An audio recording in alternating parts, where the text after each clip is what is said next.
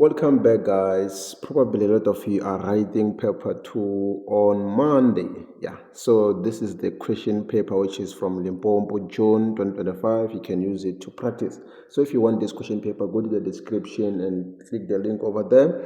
And also, if you need some specific question, everything is there on the description. So this is for grade 12, June 2025. Last year, actually, I don't know which year you're watching this, but yeah, this is for 2025. It was 50 marks, which it was required to write for 3 hours. I'm not going to read the instruction. I'm just going to get straight to the question because this is a long question paper and it's so tough, man. So yeah, let's just get straight to the question one.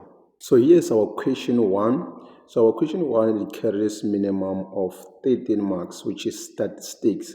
So don't worry, guys. This is a grade 11 statistics. Nothing that is here for grade 12. Even also the question 2, it's also in grade 11 statistics. So they say the certain grocery store delivery service has grown over the past 2 years. The store owner did a survey on specific day to improve their delivery performance.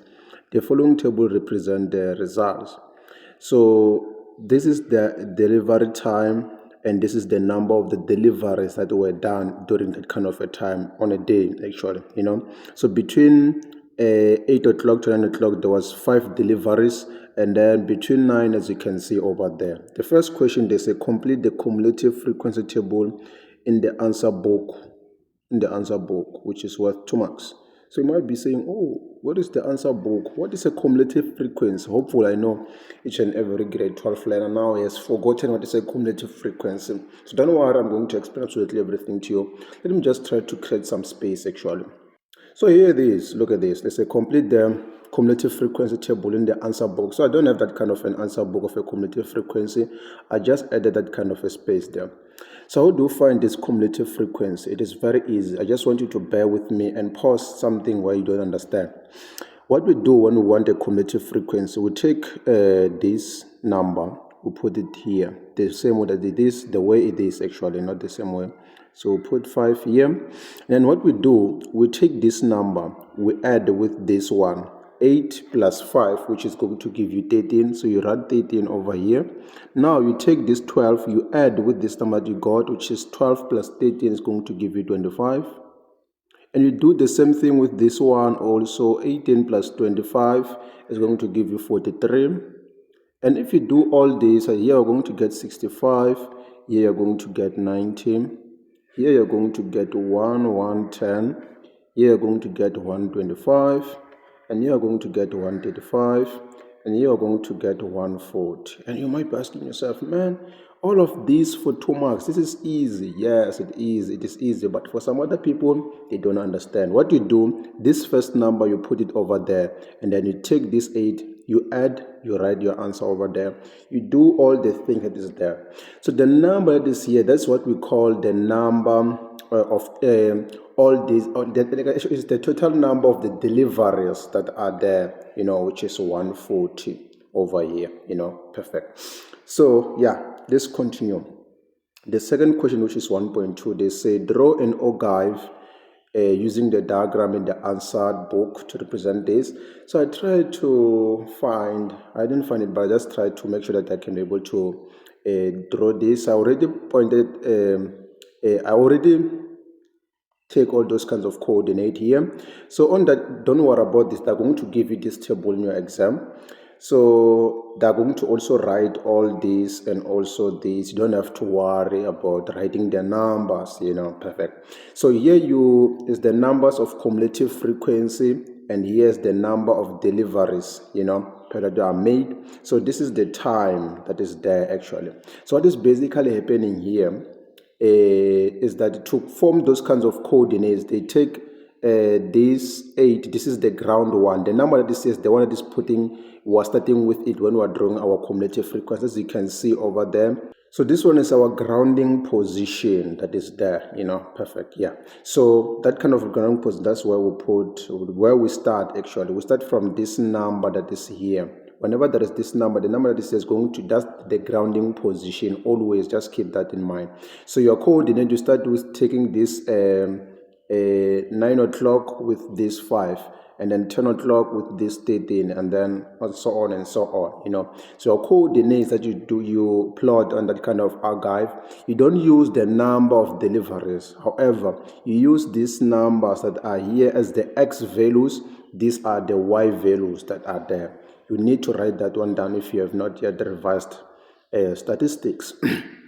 So I already write absolutely everything over there. So now I just need to plot. So 9 and 5. So you need to be very, very careful here. So 9, this is 9 o'clock now. So 9 and 5. So 5 is going to be somewhere over here. And then 10 and 13. So 13, I think it's going to still be somewhere over there. And then 11 and 25. 25 is going to be somewhere over here, actually. Yeah, I hope this is clear. And then 12, it goes with 43. 43 is going to be somewhere over there. Let me just plot this point over here. And then 13, which is 1, if I'm on a 65. And then 64, did I say if I'm on a 65? Oh, guys, I'm wrong, guys. Sometimes this language just slip up. So 14 and 90. 14 and 90. So 90 is going to be basically somewhere over there. You need to do this with a ruler, né? Yeah, unfortunately, I don't want to waste time. I just want to plot. So 14, it goes with 90. So 90 is going to be somewhere over there. And then 14, let me just put this over here. And then 15, it goes with 110. 110 is going to be somewhere here. And then 15 is that one. And then 16 is 125, so 125, and then 16, they're going to intersect over there. And then 17, it goes with 135. 17 with 135. So 135 is going to be somewhere over there, actually. And then 18, it goes with 140, which is the last one over here. I think this one I didn't write it, but you can see the curve over here, how it goes. Oh, let me just use the red so that some of you can be able to see. It has to be KV, guys. I'm just not writing it correctly, but yeah, because I'm using freehand here, yeah. But it has to be something like this. No, I mean, it has to be something like this. It has to be KV, just like that. But I hope you can see how to do this. Yeah, but this is how we plot it. And then for this one, how many marks it was? It was 3 marks to write this. Let's move on to the next one. So I'm going to take absolutely all this information so that I can be able to answer the second question. So here's 1.3. They say determine the 5-number summary of deliveries time from the archive. So we need to use this archive, which is worth 3 marks. So what is a 5-number summary? If you don't know, I already listed it here. The 5-number summary is the minimum, the lower quartile, the median, the upper quartile, and the maximum. And don't know what, I'm going to just show you each and every one of them how to find it. So the minimum here, some other people can make mistake of saying, oh, the minimum is 0 and the maximum is 140. No, they're looking for the time. They say the delivery times from the archive. So they're looking for these values that are here. So we need to make use of our cumulative frequency to find the position and then just scroll back to the other time. So the minimum here is going to be this one, which is 8 o'clock. So for a minimum for a minima is going to be 8 o'clock. 8 o'clock, just like that. And so for a lower quartile, remember, how do we find the lower quartile? To find the lower quartile, we need a position. Yes, the formula of the position. If you've forgotten, we'll learn this in grade 10 and grade 11, actually. So for lower quartile, we say 1 over 4 and then n plus 1. Other teachers, they use different methods, but I prefer this one, 1 over 4. And then the n is that kind of a total, which is 140 over that I just told you. 140. Okay. Let me just write this down here because I don't have a space. So it's 140 plus 1. So this is going to give you 35,25. Yeah, 35,25. Bear in mind, so this is not the Q1, this is not the lower quartile, this is what is a position of lower quartile. So to find that kind of lower quartile, we're going to just take this 35 and look for it in a cumulative frequency. So bear in mind, always say there's going to be a range. There's not like some other students can get different Q1 than other students because there's a range on this, because they know that we are going to interpret this in a different ways. So 35,25 is going to be somewhere around this point. Let me use the red for this one. So somewhere here, yeah, and then this is going to go somewhere over there. Yeah, so this is 11 or this is 11 o'clock, and then I think there's going to be 35 actually. So Q1, I think, let me just erase this. Where can I write Q1? Okay, Q1 is going to be equals to 11 and 30. Okay, let me just say 36. Yeah, 11:30. Some other people can get 35, some can get 37. But what I can advise you each and every time, use a ruler on this one. So I cannot use a ruler because I'm writing this on the phone. But for you, if you made this kind of questions, you have to make use of your ruler and count those kinds of boxes one by one. But for me, I'm going to just use what they've used over there. But I will explain the method on how to get the position. So the next one here is to find the median. So for the median, we have to find the position first, which is this one is half n plus 1, because this is the halfway. Median is the middle. So we're going to have 1 over 2. Median number is 140, plus 1, which if you punch this in your calculator, you're going to get 70,3, something like this. So 70 is going to be probably somewhere over here. Yeah, over there, and it goes, yeah, so this one can be 10 past 1 or 12 past. So the position is 17,5 now. So for this one, it's going to be for Q2, I think this is 1, but the minutes there, I think, is 12 minutes. So it's going to be 11, 13, and the 12 minutes. Yeah, something like that. And so I'm saying to you guys, there's going to be a range on this. There's not a perfect number like this, but they're going to put a range. Go like, if someone get a 1 and 15 minutes, it's still correct, and also 10 minutes, just as long as it's between 10 and 15, something like that. So don't worry about the number that I got here. Just focus on how to find the positions, because on your exam you will be required to find that.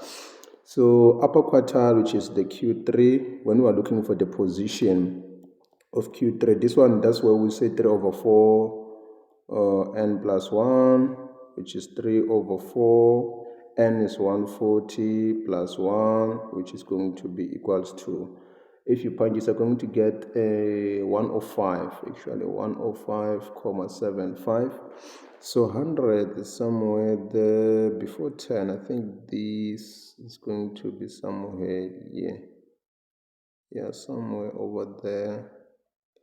And it comes this side. Yeah, something like that. So which is going to be, I think, which one is this? So this one, I think, is going to be, this is 2 here, 2 o'clock, and how many minutes? 30 something, 35 or 30 or 36. But I'm going to go with what they've written there on the memo, just to be accurate. And so I'm telling you guys, as I explained, so Q3 is going to be equals to 14,36. But what is important here is how to find this position that is going to locate at kind of a time over there. So the last one is the maximum, because this is the easiest one, which is going to be 18. Okay, so for maximum, it's going to be 18, which is 6 o'clock actually. Yeah, so this is how we find the 5-number summary, and we take these 3 marks. Let's move on to the next one. So moving on to 1.4, so they say draw a boxer and whisker diagram in a diagram in the answer book. So I already wrote all those kinds of 5-number summary here so that I can be able to not waste time. So what we do in a boxer and whisker, just going to just put our 5-number summary. So the first one is 8 o'clock. So it's going to be something like that. And then the last one, which is 6 o'clock, which is 18 o'clock, I can say. So yeah, good. And then this one is 11:36. So 11:36 is somewhere there. Yeah, no, somewhere over here. Yeah, somewhere over there. And then 13:12, which is somewhere here. Yeah, good. And then 14:36. So 14:36 is somewhere over there. Yeah, good. So we can draw this one here, and this goes there, and this goes this one. So here we need to also mention, this is what, this is what. So here we can say, this is because this is important actually. 8 o'clock.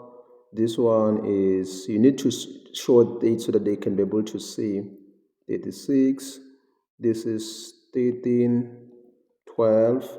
Some other people, they just write maximum, minimum, Q1. No, you're not going to get max if you do that. So what you do, you mention those kinds of stuff. Well, unfortunately, we're talking about time. So this is 18 o'clock. Oh, what did I say? Age. But yeah, we're dealing with time. You can understand, guys, why I do this. So then the next section, they say, a comment on the skewness of the diagram. So if you're forgotten, let me just give you a quick lesson on this, guys. Look at this. If we have a Bosca and Worcester like this, so to comment on your skewness, you just need to tell them which side it is skewed. It's skewed to the right or to the left, So for that, you don't have to worry. What you need to take a look at your diagram, you just need to, between the left side and the right side, look at the way there's a lot of this. Like that, there's a huge space between the box there, between that kind of a box. So this one is going to be skewed to the right. Why? It's because there's a lot of space here. For this one, since there's a lot of space on the left side, it means that it's going to be skewed to the left hand side.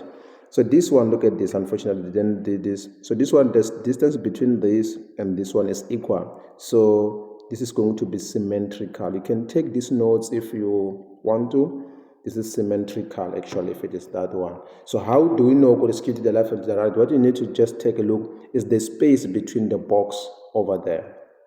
So if we come here to our question, which one has a lot of space between left and right? And you might be tempted to say symmetrical. Oh, unfortunately, I didn't use a ruler, but you can see, if you can pay attention, this is smaller, but this one is so big, So this one is skewed to the left hand side because that side is too big. Remember, this is the left, this is the right. So always go with the one that has a huge line between the box over there. I hope you can understand this one. Let's move on to the next one.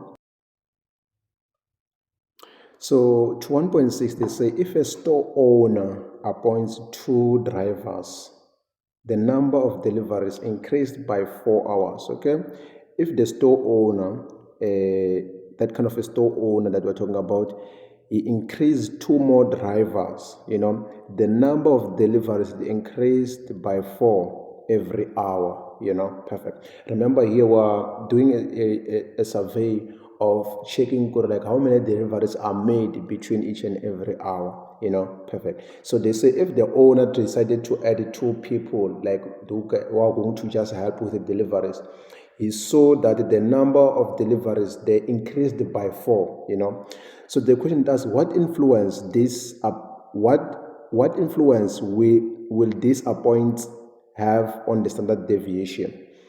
So for me who understand this, I can simply give the answer. But for someone who does not know what is a standard deviation is, you will always struggle to answer this kind of question.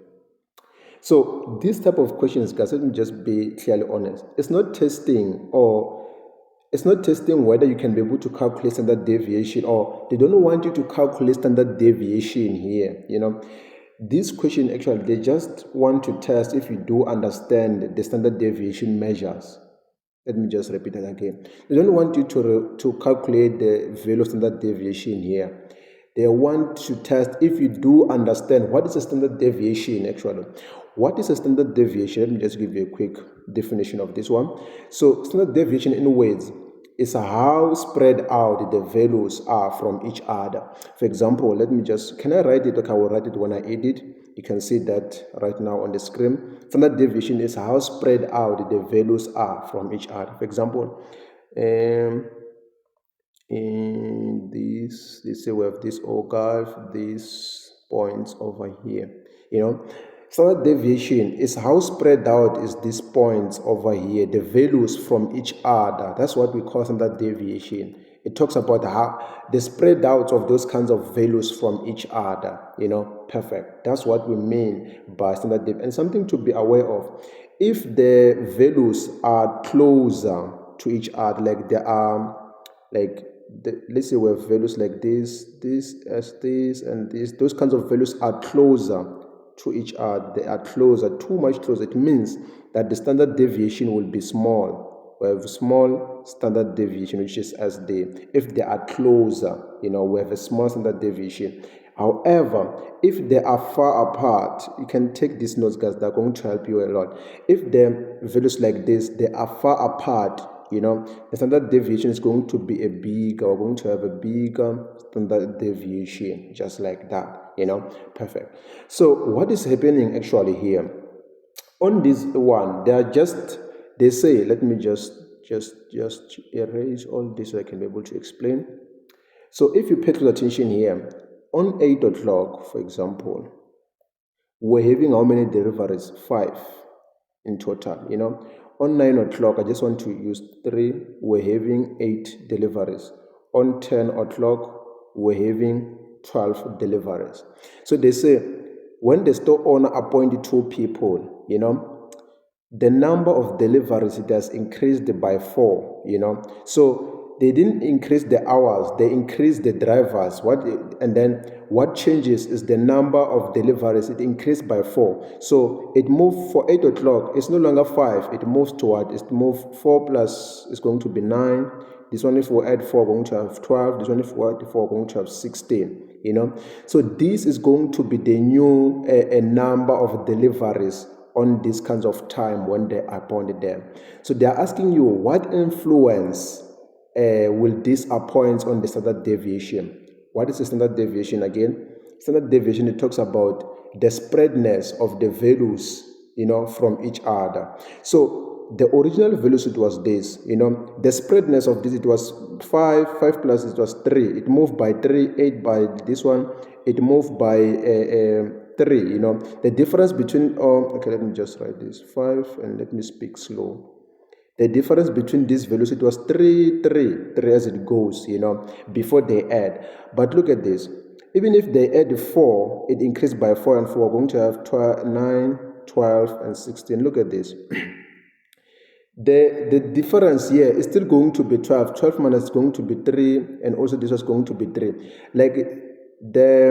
How can I explain this? But I hope you can see, guys. The spreadness, it does not change. Like those kinds of values, that kind of 3 from apart from each other, it does not change. It's still the same. It's still 3. Like if it was those kinds of dots, those kinds of dots, it just increased. It just increased, but it does not change those kinds of spreadness. The pattern that it has, here it moves by 3. Here it moves by 3. Even if they increase this by 4, the spreadness is still 3.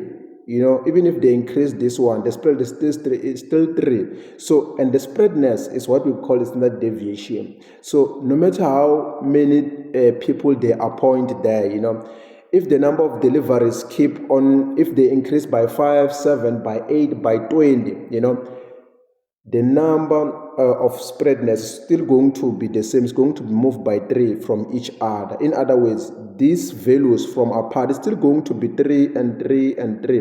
And this is what we call the standard deviation, So the standard deviation is not going to change. It will remain the same. Why? Is because standard deviation, we talk about the difference between these values that are there, So if they increase by 4, the values there are still the same. You can try to pause there, guys, and try to just replay where I say all of this. It was 1 mark, but I just feel like explaining for those who don't know. So this one, it will remain the same. It will remain the same. The standard deviation, it will only change if, for example, from 8 o'clock, if they change on one category and one category, let's say, since here it was 5, and then from 9 it was 8, and from 10 it was 12. If they do like this, if like they say on category 1 it changes by 4, on category 2 it changes by 6, on this one it changes by 9, that's where it's going to decrease or increase if there's a difference. But if it just all of them it increased by 4, it's not going to be affected, it's still going to be the same. What I want you to take away from what I just said is just that standard deviation is the spreadness of the values from each other, the distance between these values that are here. That's what we call the standard deviation. So I hope that it has helped you to understand that. Let's move on to question 2. So question 2, this one I think is the easiest. It carries a minimum of 7 marks, which is 7. And then they say the number of push-ups that can be made in 1 minute. So in 1 minute by the first team rugby players of a certain high school is recorded. The box and whisker diagram is given below. Some data is omitted. So this is very, very important. Why do they say so? It's because a box and whisker, on Boscan, we will just only write the 5 number summary. Like we don't know, okay, this is for the first person who have done the push-up under 1 minute. You have done 49 push-ups in 1 minute. We don't know how many did the second person do. We don't know how many did the third person do. So hence here they say some data is omitted. We don't know the second, but we just know the 5 number summary, the minimum, the maximum, and the Q1, Q2, and Q3, so keep that in mind so they cannot waste your time for some certain question. So they say if range of the data is 36, determine the maximum number of push-ups. So guys, I don't know if you don't know this, but let me just tell you, a range, look at what I'm doing actually, a range is equals to the maximum minus minimum. So we're given a range which is 36. We're looking for the maximum, and then minus minimum, we do have the minimum here which is 49, and then we're going to just, if you add this one up, you're going to get the maximum, because we're going to take this to the other side, it's going to be 85. So this one is going to be 85 over here, so which is this one over here actually, yeah, good. So the next question is to determine the lower quartile value if the interquartile range is 20. Remember this is for 2.2, né? And IQR, this is whereby you talk about the quarters. Remember, Q2 is just the median, né? We don't count Q2 here. So for interquartile range, we check the range between the quarters, which is the upper quartile and the lower quartile. So we take Q3, we subtract it with Q1, that's how we find the interquartile range. So interquartile range they're given us is 20, which is equals to Q3, we do have it is 75, and Q1. So we can take Q1 to this side, 75 minus 20, which Q1 here is going to give you 55. So Q1 here is 55. Actually, let me just write it here. So here is 55 of the Q1. Yeah. So the second question, they say 2 players had the same push-ups. So 2 players, when they try to push up, when did they push up the quadrant number? And let's say when they 20, but oh, look at me. They've done 20 push-ups, to like just an example, 20 push-ups and 20 push-ups, that's what they've done. And then they say they did 8 more push-ups than the median value. What is a median? A median is the middle number over there. Let me just allow me to erase here because I cannot write it down what's there. A median number here is 64. So they say that they've done 8 more than the median. So from the median, they added 8, both of them. So this is going to give us their number of push-ups that they've done, because this is the number of push-ups of this year, guys. This is not just the numbers, the number of push-ups. So 64 plus 8 is going to give us 72. So this is the number of push-ups that they have done there. 2.4, they said the average number.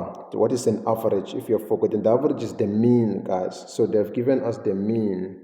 The mean is equals to what? Is equals to 65. And there's a comment on the skewness of the data. Give reasons for your answer. So here they've given you this in purpose because they want you to use the interpretation of of comparison between the median and the mean actually. Here's something that if you've forgotten, but this is taught in grade 11. If your mean is greater than Q2, which is the median, it means that your graph is going to skew to the right hand side. You can take notes of this. If you are, I'm talking about the average, which is the mean, is less than Q2. Q2 is the middle number. It means that your Bosca and Weiss is going to be skewed to the left. If this one is equals to Q2, if the mean is equal to this is going to be symmetrical.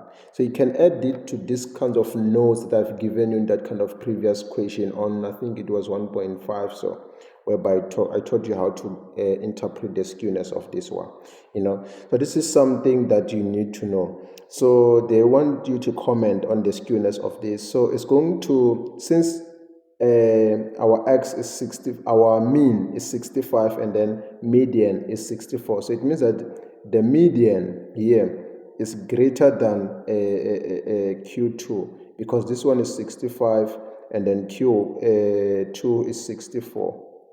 So this one is greater than. So what you can say there in your paper, let me just erase this. You can answer, they want you to comment the skewness. You can say is skewed to the right, which is skewed to the right. Why so? Is because the mean is greater than Q2. Q2, just like that. And then the next one, they say the standard deviation is 10.9. So they've given you the standard deviation there. On that kind of previous question, I taught you what is a standard deviation. They said determine the number of players whose number of push-ups is okay. Let me just give you this, guys. This is a huge plug that I will ever give you in statistics. It's going to help you unpack the end of your metric journey. Whenever you see this kinds of question whereby they talk about less or more than one standard deviation, more than the mean, here's the formula, guys, that you can always get right, and you're always going to get marks regardless of the question. If it is 2 marks, you're going to get 1 or 2 each and every time. What do? You're going to find a coordinate. That kind of coordinate, you take the mean, you subtract it with the standard deviation, and you also find the value. When you take the mean, you add it with standard deviation. So this is the symbol for standard deviation. So we're going to take the mean is 65. You minus it with the standard deviation, which is 10.91. Oh, I forget 10.91 on my calculator when I punch over there. I will just confirm it right now.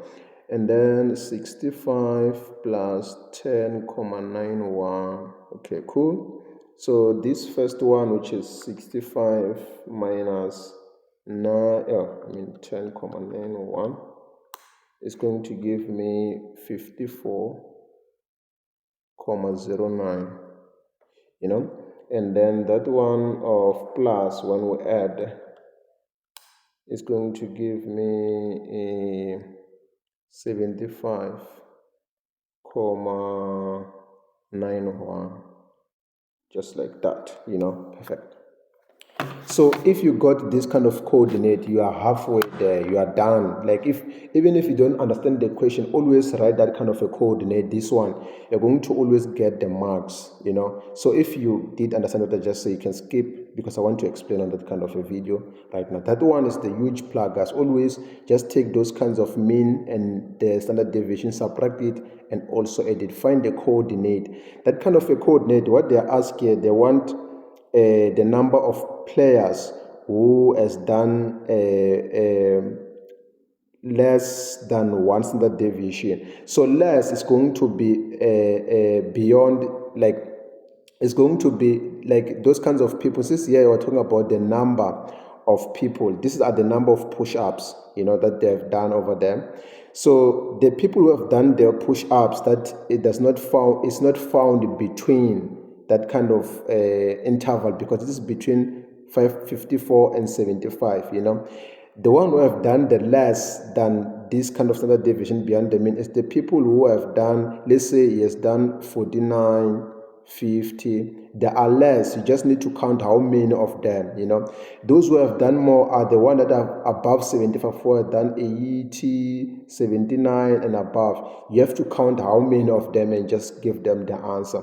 So for this one, we cannot find the number of people because we're not given that kind of a data, because they say the data is omitted. We don't know how many people has done, because on this one, we know that 49 people, like the first person, they have done 49 push-up, but for the second person, we don't know how many has done, and we don't have the total number of people, so hence we cannot find those kinds of number that they're looking for. But I saw in the memo, they say 3 people. I don't know how they find it. If you know, guys, you can comment in the comment section how we can find that kind of, but it's impossible to find that one. So yeah, let's move on to the next question. So now let's move on to question 3, which is this one. It carries minimum of 19 marks. Let me just quickly start with the first question. The first question here, let me just first read the statement. There's in a diagram below. A, B, and C are the vertices. We can see that. The first question says that show that the equation of the altitude from C onto AB is y, which is equal to negative 2x plus 30. So what is an altitude actually? If you don't know, an altitude is that kind of a line that from the corner angle to the base of a certain line, that it has to be perpendicular. Let's say we have a triangle like this. An altitude of this line, it has to be perpendicular to this kind of a side that is going to the base actually. If our altitude starts from C, it has to be perpendicular over there.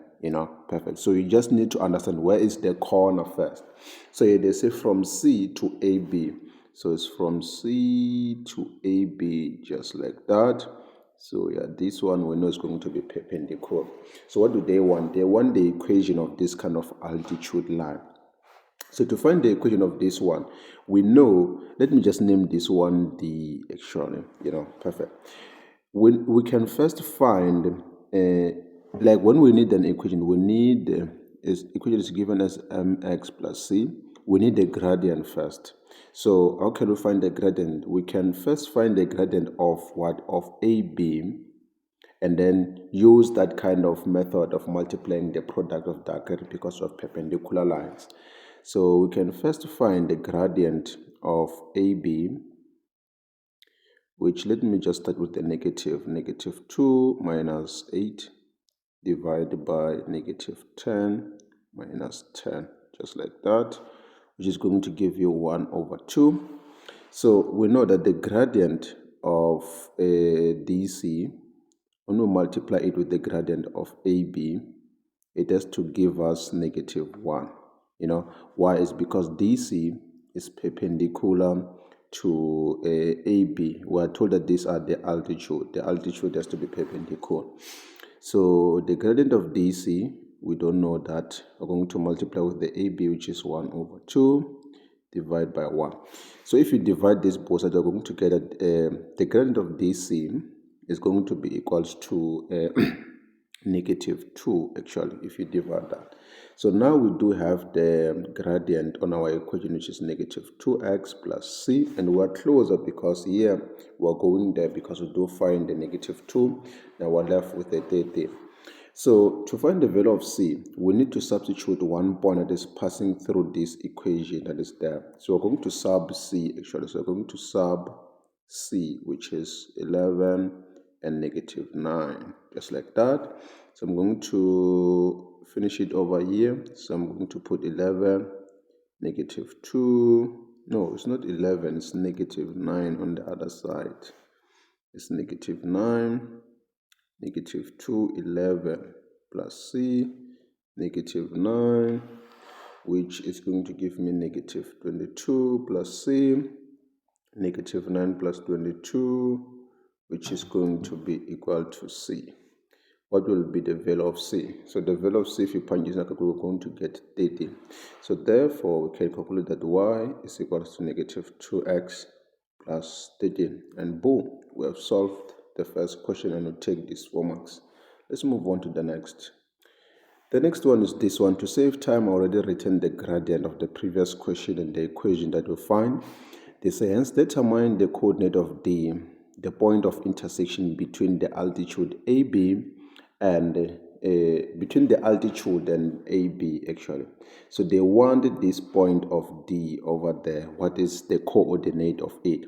So they say that this is a point of intersection between those two things. So in order for us to find the point of intersection in analytical geometry, we need to find two equations that kind of a point it is found, We already have the equation of the altitude, which is this one that we've calculated previously. But now we need to find the equation of this one. So we know that to find an equation, we need the gradient and the value of c.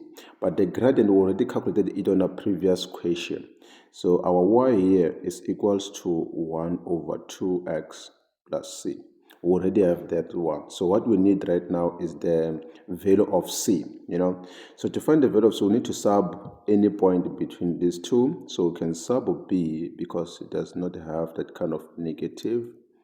So I'm going to put 8 here and 1 over 2 and put 10 plus c and then 8 which is equals to, this is going to give me 5 actually, minus c. And then 8 minus 5, oh, okay, let me just, c is going to be equals to 3. Did you see that c is going to be equals to 3 here? Because we're going to take this onto the other side. So our equation is going to be y, which is equals to 1 over 2x plus 3. This is 3, yeah? Perfect. I just want to erase this so that I can be able to write those kinds of questions very carefully. Good.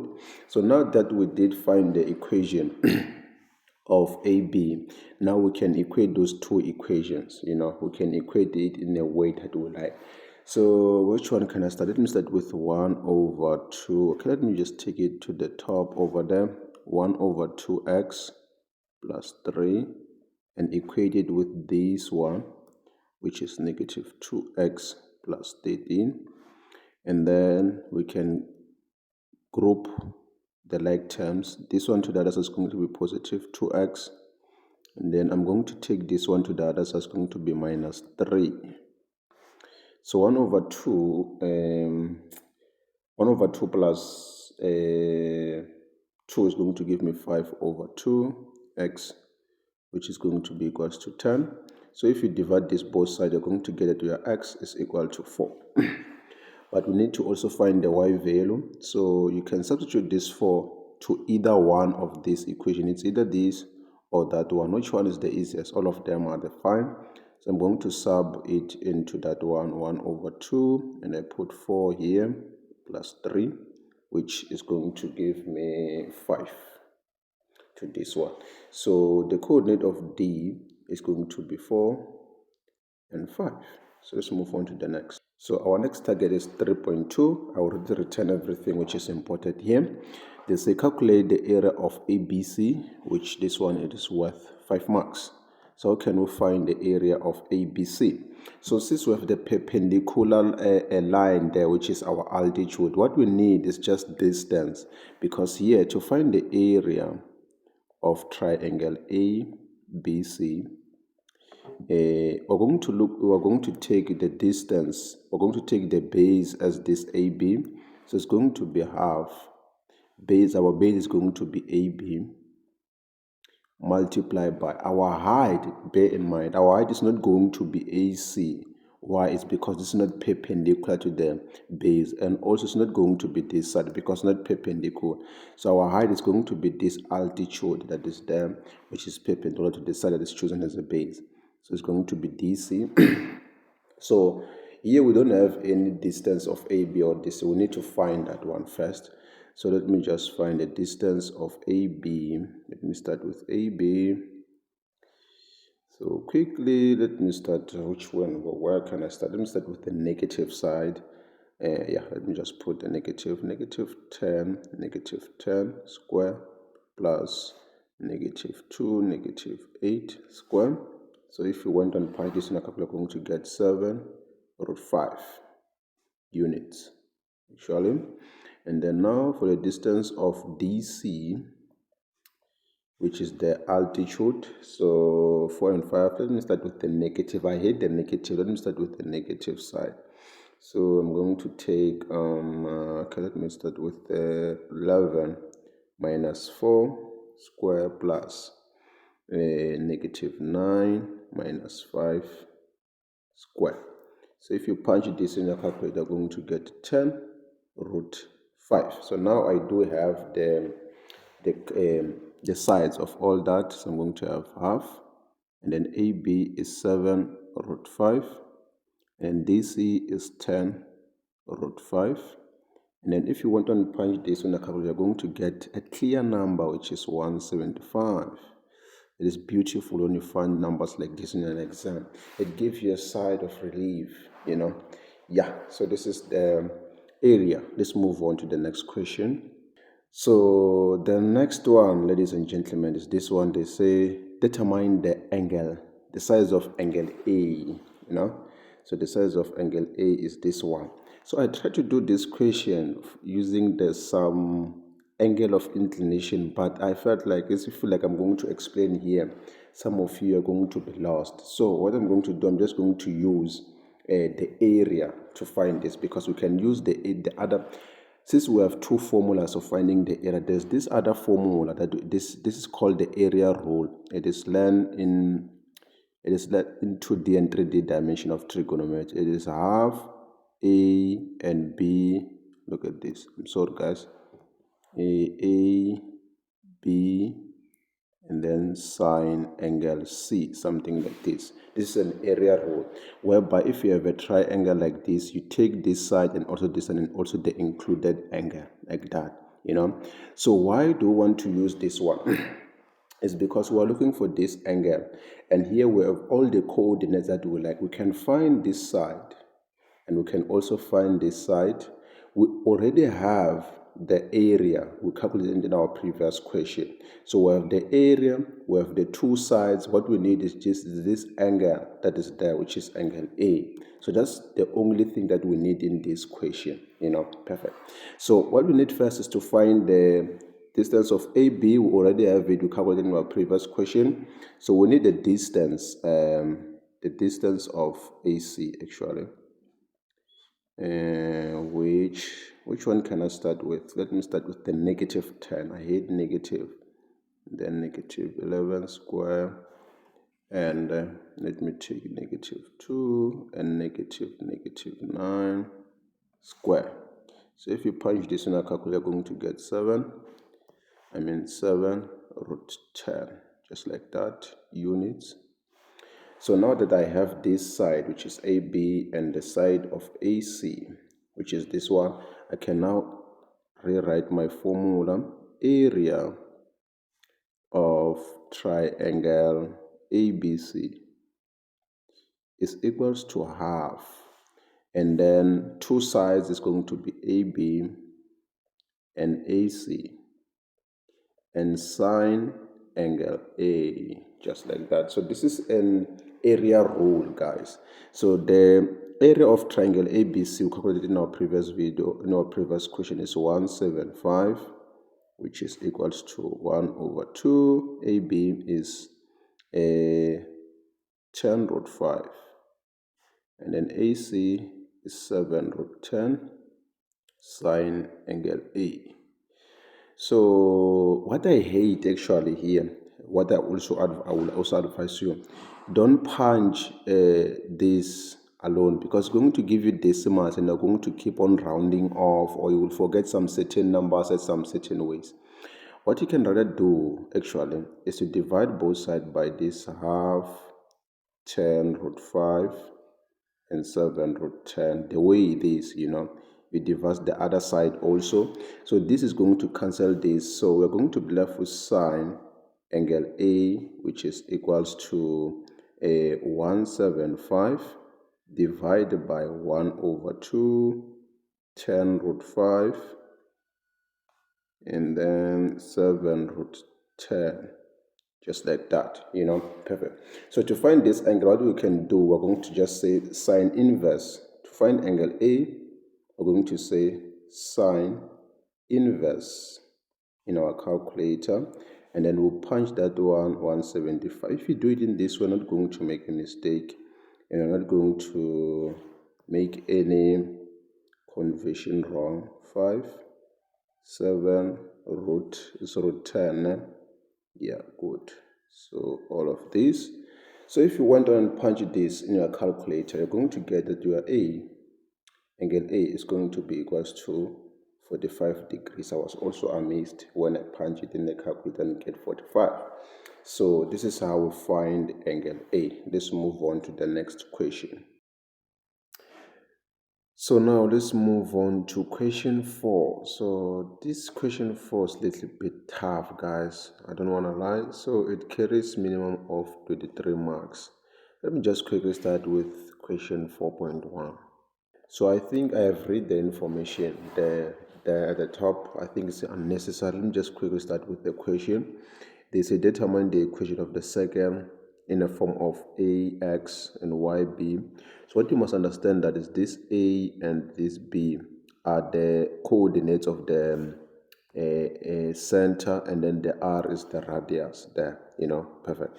So the coordinate of the center is this one. We already have it. What we don't have is the radius. But what you must understand here, since they say O is from the origin, and also, even if we don't have to read that one, we know if this is the center, it means that from this point to this point, this is going to be 2. And then from this point to this point, because this is an x and a y value, right? So from 0 to 2, and then from 0 to 2 on the other side, also here is also 2.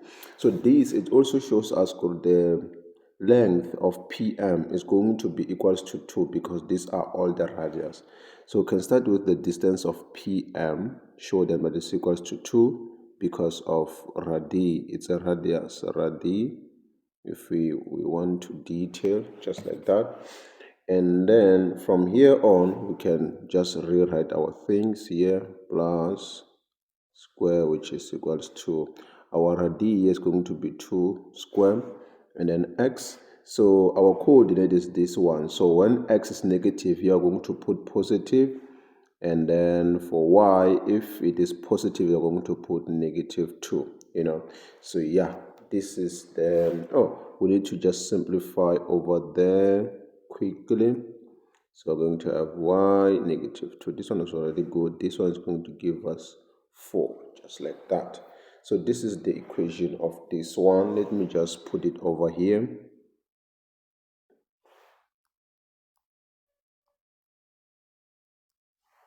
Actually, let me just erase it because we no longer need it right now. To our next question.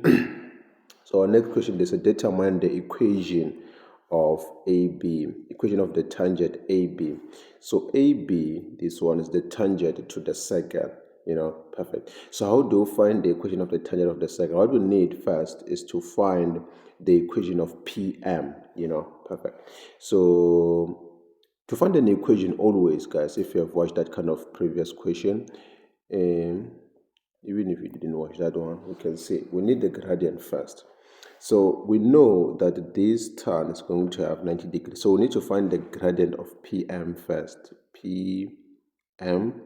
So let me start with the fractions, because I hate these fractions. So I'm going to take 16 divided by 5 and minus it with 2.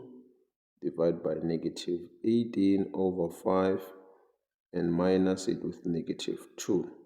So if you punch this in your calculator, you're going to get your answers -3 over 4, just like that. Yeah. So this gradient I'm finding is not for AB, it's for this one over there. Perfect. So answer is negative. So right now, since we have the gradient of this one, we know that the gradient of AB, when we multiply it with the gradient of PM, we have to get -1. Why? Because of tan radius. If you don't see this, this is going to be tan radius because we have a tangent and also a line from the center to the circumference of the set, which is the radius. So it's 90 degrees over there.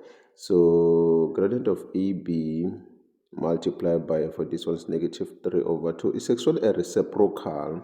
So the grand of AB, if you divide both sides there, you're going to find it as 4 over 3. So our equation is going to be y, which is 4 over 3 x plus c. So we need the value of c that is passing through line AB, which is we're going to substitute. I hated this. So I'm going to substitute this p and it has fractions. Okay, yeah, let's work with it. And then for y, we're going to put this, which is 16 over 5. Guys, I don't know who upset these people from Limpopo, the examiners. These people, they never... Okay, 18 over 5. Let me stop complaining. Because some of people will find a way to also complain because I'm complaining. But yeah, man, I've been doing this question paper from Limpopo from grade 10. All I see is for grade 8, for grade 10 and grade 11, it is easy because they repeat questions. But for grade 12, these people are so unfair, man. I don't want to lie.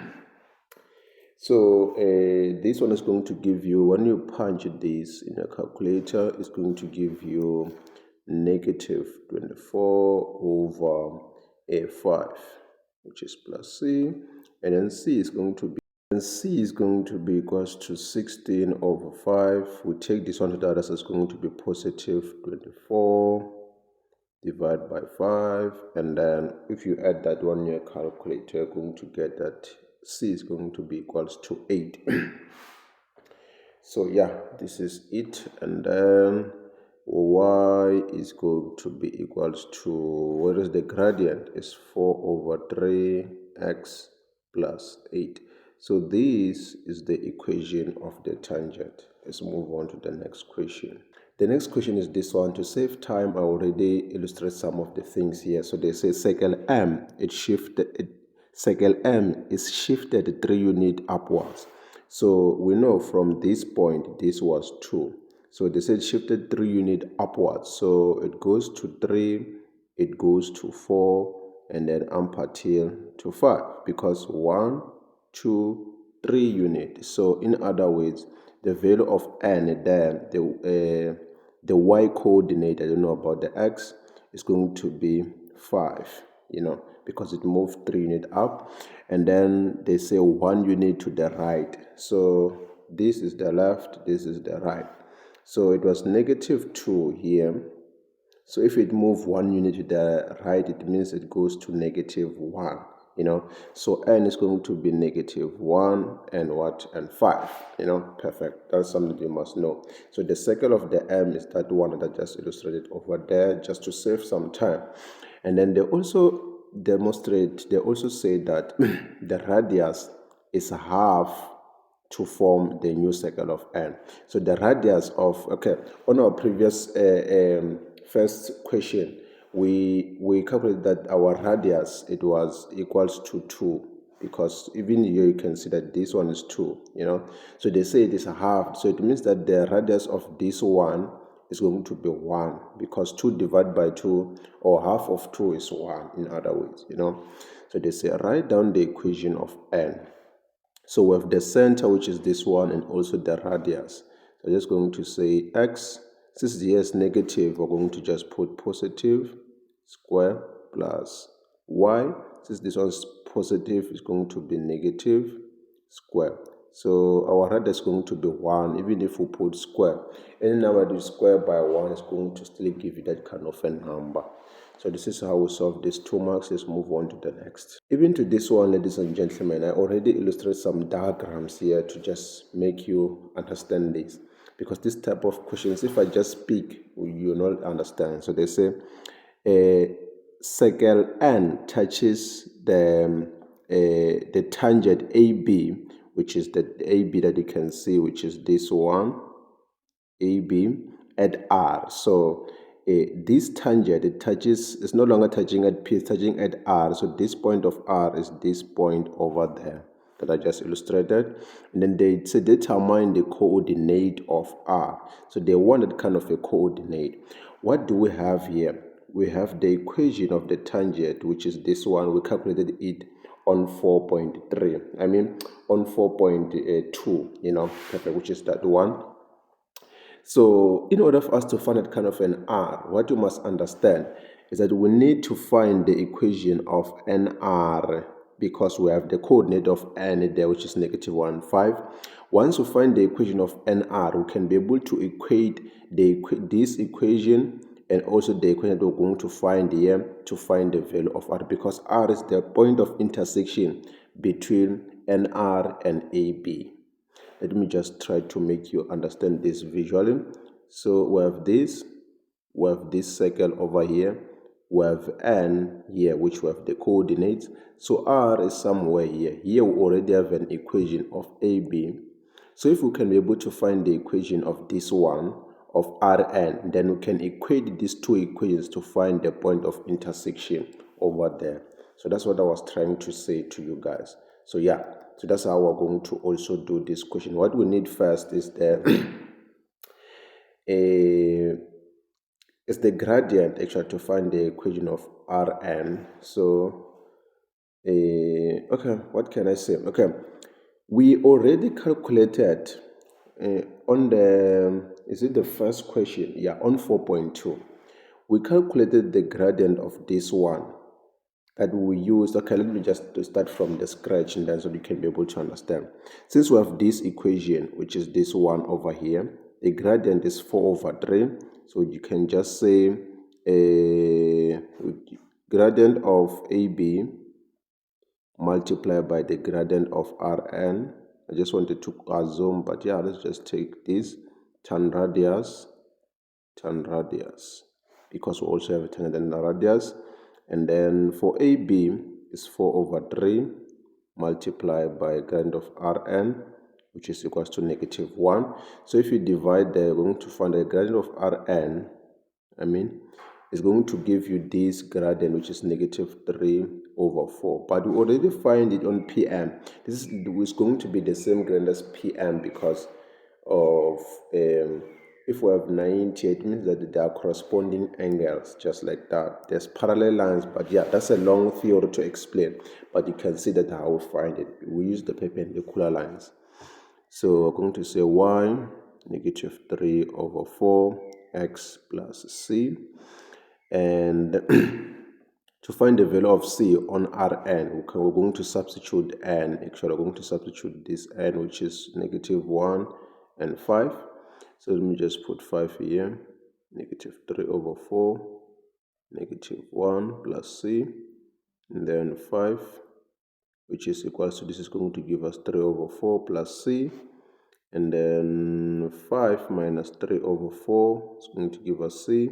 C is going to be equals to what actually?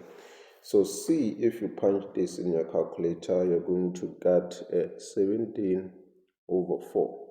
So now we do have the equation of this one, which is Rn is equals to what? Y, which is equals to -3/4 x plus 17/4, just like that.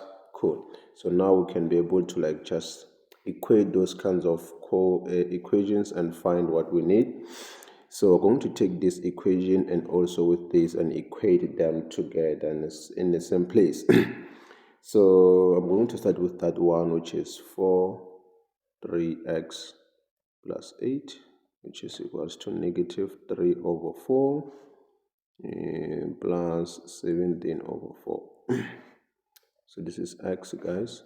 So I'm going to group the like terms, plus 3/4x, which is equals to 17/4. I'm going to take this one to the other side, -8. And then if you add all this in your calculator, then you're going to get 25/12x. And then the other side are going to get -15/4. And if you divide both sides, when you divide in a calculator, just say it like this, -15/4, and divide like this, 25/12. If you divide like this, you're not going to make mistakes. So your x there, you're going to find that is equals to -9/5. But we're not done. Here we just find the x value of the r. Now we need the y value. For the y value, we need to take this x and substitute it on any of this equation. So let me just substitute it on that one, which is negative 9 over 5 plus 8. What am I going to get here? So if you punch this in a calculator, you're going to get that your y is going to be equals to 28 over 5. So r in total is going to be equals to negative 9 over 5 and 28 over 5. Yeah, this was long, but it was worth it. It was all 6 marks. Let's move on to the next. The next one, ladies and gentlemen, is 4.5. This is determine the ratio of BR. So here I just returned the most important information that we need to use. So they want the ratio of this one BR. I tried to just watch this. I just wanted to make use of some proportionality, but no, you cannot use proportionality here because you don't have those kinds of other sides, the ratios, and then they're not equal actually. But what we can rather do, for example, let me just make you relate with this. Let me just use proportionality so that you can be able to understand something. So let's say, for example, this is A, this is B, this is C. And this side it was 3 centimeter. And this one was, for example, it was, okay, let me just put 2 centimeter. It was 2 centimeter. And then this one was 4 centimeter, just like that, you know. So if we want the ratio of AB, let me just say AC actually over AB. In order for us to find the ratio, we can take the distance of this one, which is 4, we divide with that one, which is going to give us, AC is 2, AC is 2, we divide it with 4, which if we punch this, are going to get 1 over 2. So this is the ratio, but we use what? We use the sides. You know, you can use some certain length to find ratios. That's something that your teacher probably should have taught you on proportionality. You can use side to find some certain ratios. So even on here, in order for us to find BR, where is BR? Is this one. We need the length of BR and BP, which is this one. We need the length of this BP, you know, perfect. But we don't have the coordinate of B. Don't worry, we have the equation of AB, which is this one. We know that this is the x-intercept. So B, surprise, surprise, is 0 and 8, you know. So if 0 is 0 and 8, now we can be able to find the distance of RB or BR. Let me just say BR, which is going to be, which one can, let me start with the fraction because I hated them. Minus 0 square plus 28 over 5 minus 8. What are we going to get here, guys? I didn't punch this in a calculator. Where is my calculator actually? Good. So for this BR, the length of BR, we're going to get 3 units. And then what is the distance of BP? We're going to find the distance of BP. So let me start with the fraction also. Let me start with negative 18 over 5 minus B is 0 square plus 16 over 5 minus 8 square. What about this one? What am I going to get over here? Okay, good. I'm going to get, yeah, and it makes sense. It makes sense. So BR over BP. So BR is 3 over 6. If you point this, are going to get 1 is to 2. Yeah, perfect. So the ratio of that one is 1 is to 2. So this is how we take 4.5. Let's move on to the next. So the final one is this one. So they say, what conclusion? This is what I meant when I say these people, they don't want you to take 100. So they say, what conclusion can be made about the ratio of Bn divided by Bm. Give reasons for your answer. So something to be aware of here, if you pay close attention to what we have proven so far, BR by ratio, let's say this was going to be X, this was going to be 2X by ratio, perfect. And also, if you go back there on 4.3, they've told us that the radius is halved to form N, and the radius of this one, it was what? It was 2, since we know that this one is 2. So this one, since it was 2 to 1, it means also that, Rn divided by Pm is 1:2. Why? Because these are the radius. Radii, or let me just say radii. Why? Is because they told us that the radius of this one is half the other one. If it is half, it means the ratio of that is 1:2. Because Rn it has to be 1, and then Pm it has to be 2. Just like that. So if, look at this.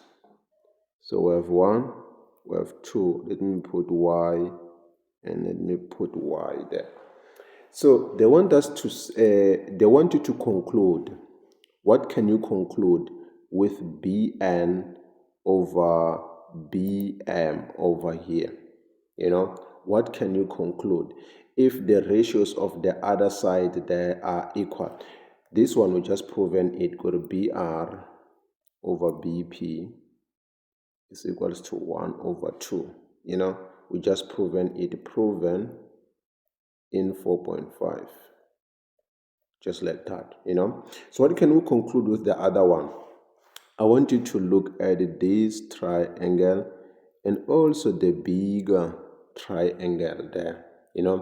You need to know the converse of the similarity, actually.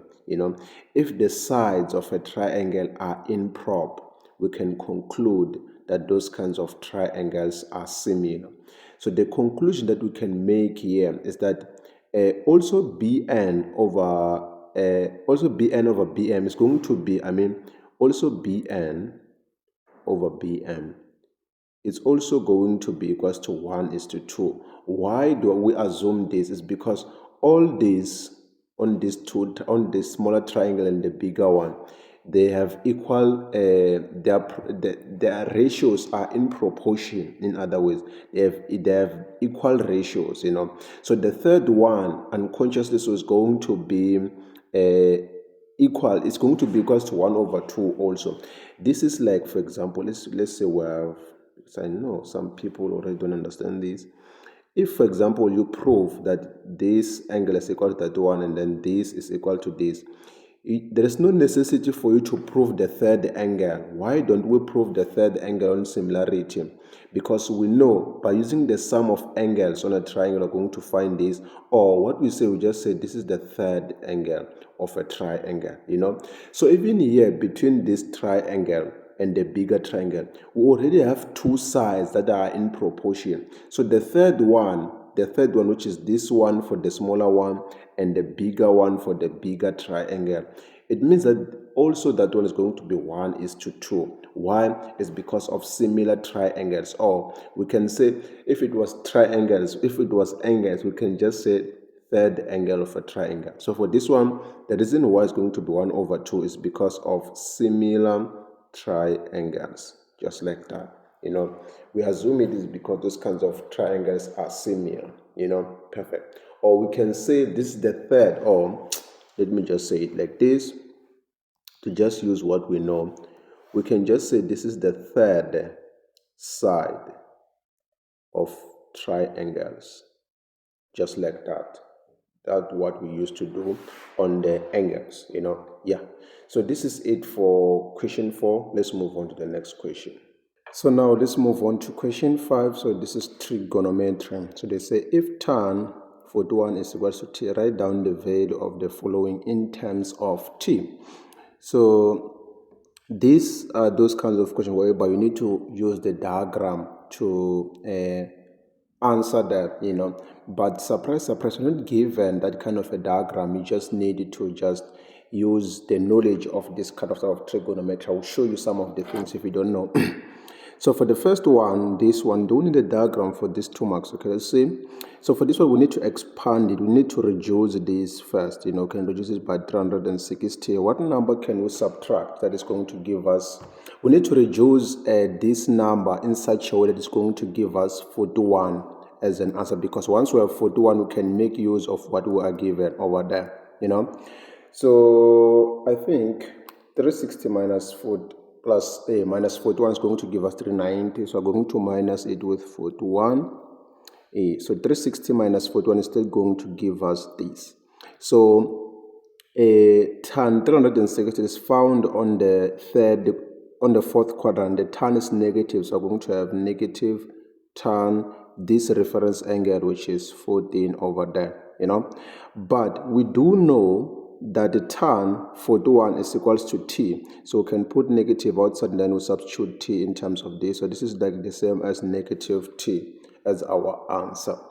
So moving on to the next one, which is this one, they need sine 82. So our main goal is to make sure that we reduce as possible to the point whereby we have 41 as our angle there, So how can we do this?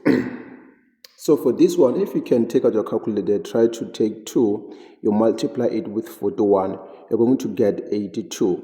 So we need to reduce, or sometimes we multiply, sometimes we mixed with the, what is this? The special angle, as long as we have 41 there. Once we have 41, we can be able to do absolutely everything. So we're going to have a sine 2 multiplied by 41. So now we can be able to make this like a double angle like this. So this is a double angle of sine. So when we have something like this, we can be able to change it into 2 sine that kind of an angle, which is 41 multiplied by cos 41, just like that. So now we need to make use of our diagram because we don't know what sine 41 is equal to. We're not allowed to punch this in a calculator.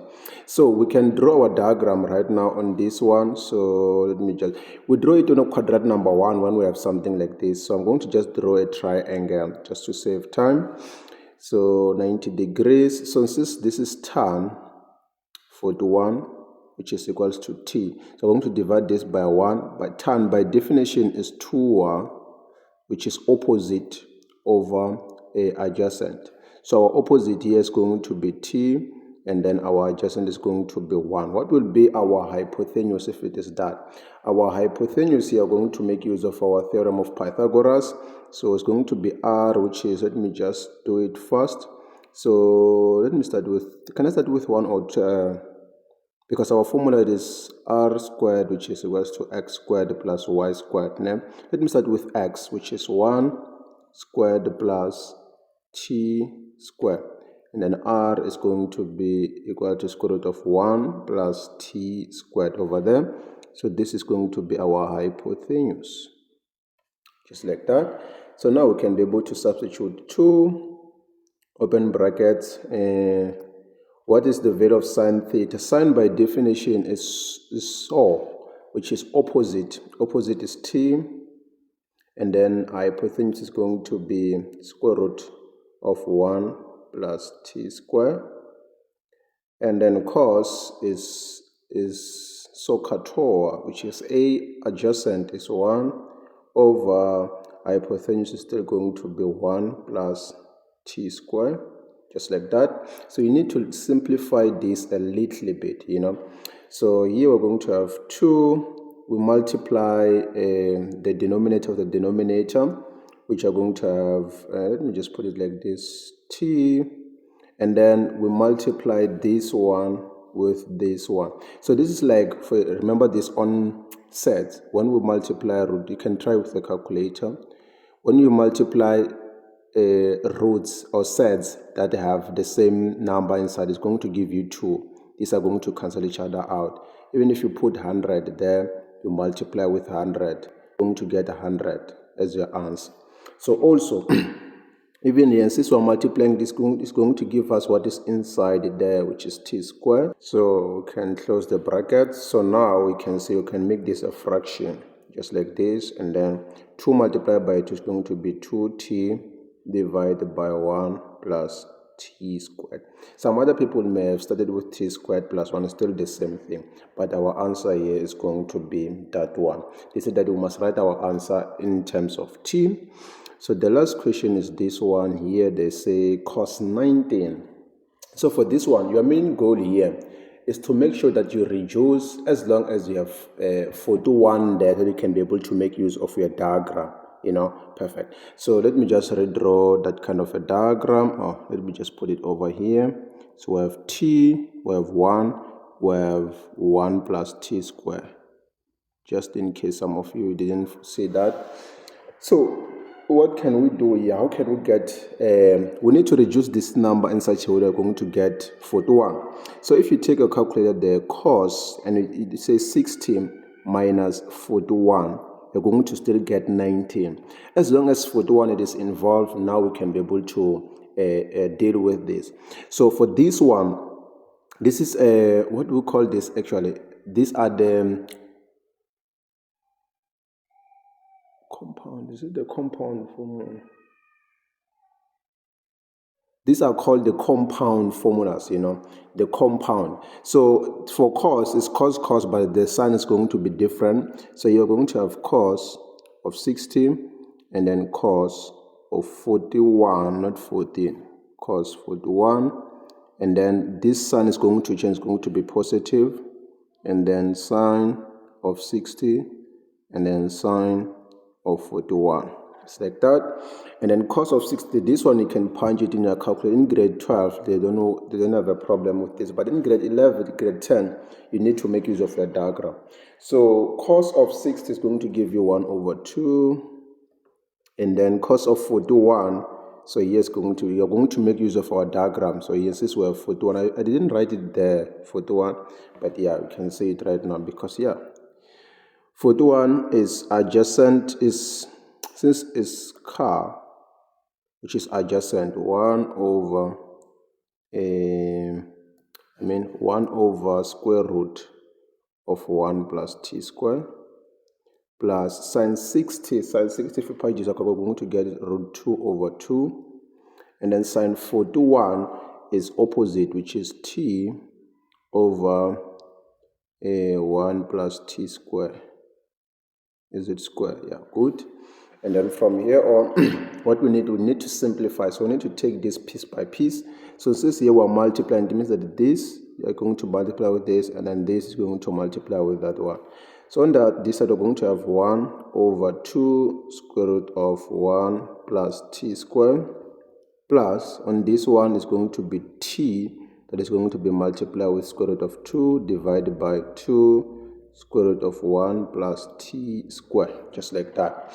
So since, look at this, since now we have the same denominator, we can add what is at the top. Remember guys, if you have, let's say you have 49 over 5 plus 1 over 5. This is like the same. We keep the denominator the same, and then we add what is at the top, which is going to give you 50. Once the denominator is the same, we can be able to add what is at the top over there. Perfect. So this is what we're going to do actually over here. Since our denominators here are the same, we can keep them the same, which is 2 root 1 plus t squared, and then we can add what is at the top, 1 plus this, which is t root 2. So this is going to be our answer because we cannot go further with this one. So let's move on to the next question. So now let's move on to question 6. So question 6, it carries minimum of 22 marks. Let me just quickly start with 6.1. 6.1, they say simplify the following, which is worth 6 marks. So this is one of my favorite guys when it comes to trigonometry. The reason why this type of questions I love them is because you can be able to know the answer before you start simplifying this.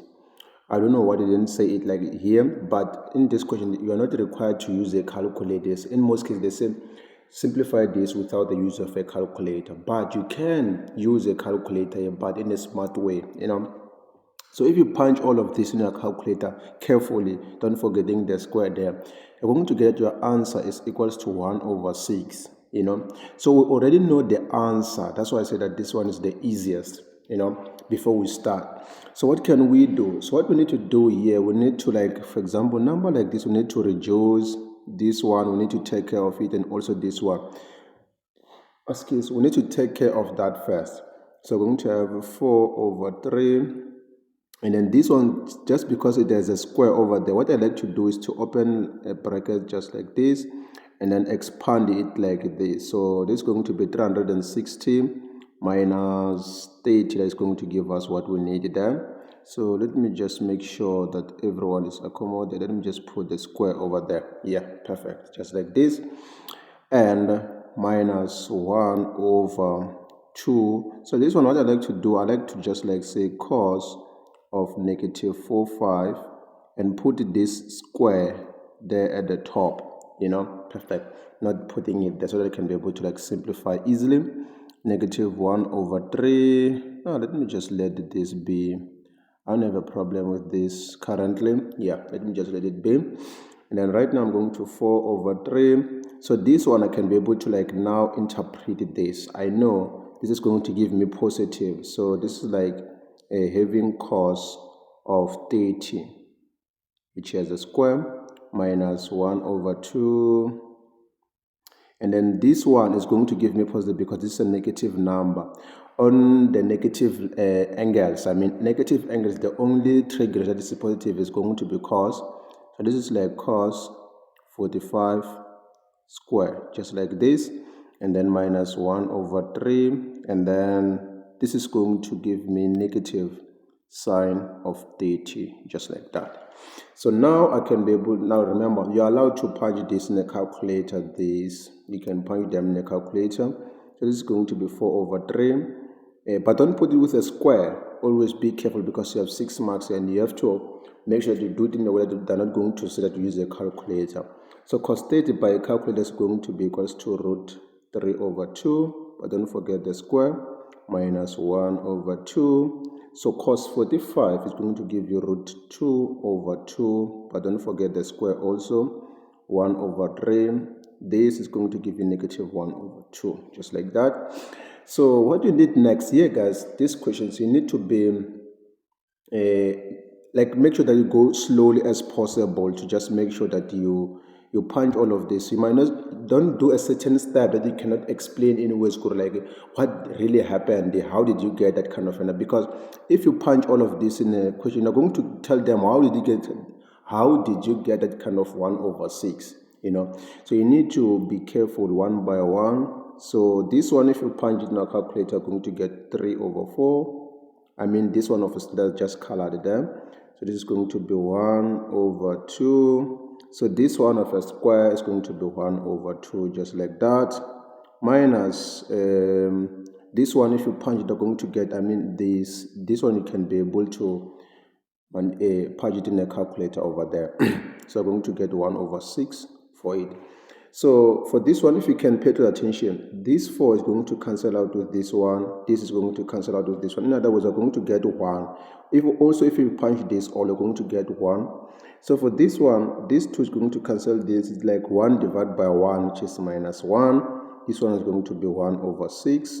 And then this is going to give you 0. So our answer here basically is going to give us this is positive. I forgot to mention this. Negative 1 over 3 plus, this multiplied by this is going to give us positive. So I forgot to write the positive there. So our answer is going to be 1 over 6, guys. Don't mistake this. I just forget to put positive over there. So our answer is going to be this one, and we'll take this 6 marks. Let's move on to the next. So our next target is this one. They say prove that the identity sin squared theta divided by 1 cos squared theta minus 1 is equals to cos squared, which is worth 3 marks. So this is easy as they give it 3 marks. So what we can do basically here, we can pick this left hand side. Okay, so what I wanted to say, I was just saying, like, you can be able to do it like this, like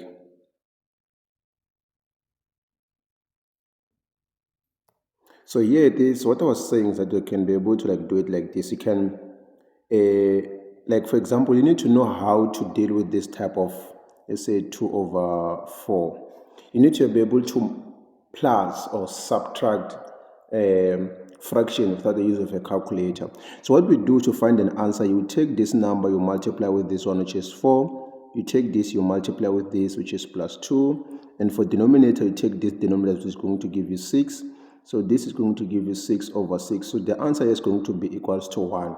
It is important for you to understand that one. So what we do, we take this, we multiply with that denominator over there. So this is going to give us sine square theta. And then we take all this, we multiply with this one over there. So we have negative here 1. We multiply with 1 over cos theta. And then we divide. For denominator, we take this, we multiply with that. So you can just need to pause there and try to make sure that you understand what I just explained how we do this. So anything multiplied by 1 is going to be equal to that kind of a number. So right now here we can distribute. So we're going to have sine square theta. This multiplies here is going to give us negative 1 and positive cos theta divided by 1 minus cos theta. So our main goal here, we are trying to prove that all of this is equal to cos. So in other words, if we can be able to change this into cos, we can be able to like have something that we want there at the end of the day. Let me try to erase this one. I don't think like we need it anymore. So sine square theta is the same as 1 minus cos square theta, which we have minus 1 plus cos theta. I just changed this one into this. I hope you know these double angles. So we're going to have 1 cos of theta. Allow me to finish it over there. So this is going to cancel out with this one. So I'm going to be left with cos square theta plus cos square theta divided by 1 minus cos theta. So what I need right now, I can be able to find this cos, but what I need to just try to interchange this. Remember guys, understand this. 2 minus 1 is equals to 1. And even if we start with the negative 1, we end with this positive 2. What's it going to get 1 if we interchange that 1? So also here, the reason why I'm doing this, you'll see it in a second. I want to start with this at the top there. So I want to start with cos theta and end with this one because I want to take a common factor. So this is cos square theta divided by 1 cos theta. So look at this. I can be able to now at the top take a common factor, which is cos squared. So cos theta, So here I'm going to be left with 1 minus cos of theta divided by 1 cos of theta. So surprise, surprise, this is going to cancel out with that one, and I'm going to be left with cos of theta as my answer, So the left hand side is equals to the right hand side. And with that, we are done proving this one. Let's move on to the next question. So the next question, they say solve for a if sine squared a plus sine a minus cos a. Okay, that one that is there. Where sine a is greater than 0 for 7 marks. So once you see this, just know that this is going to be a general solution, actually. So how can we approach this? Let me just rewrite this.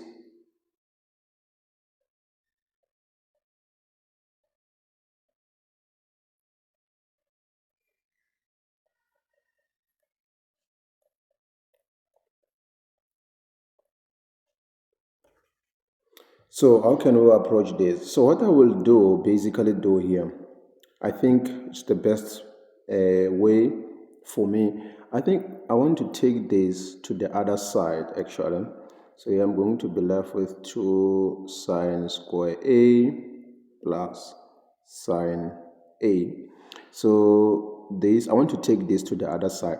But let me just first change this because this is a double angle now. So this is like the same as 2 sine a cos a. I just want to see something. I just realized it right now. Cos a. So I'm going to take this to the other side. It's going to be positive cos a.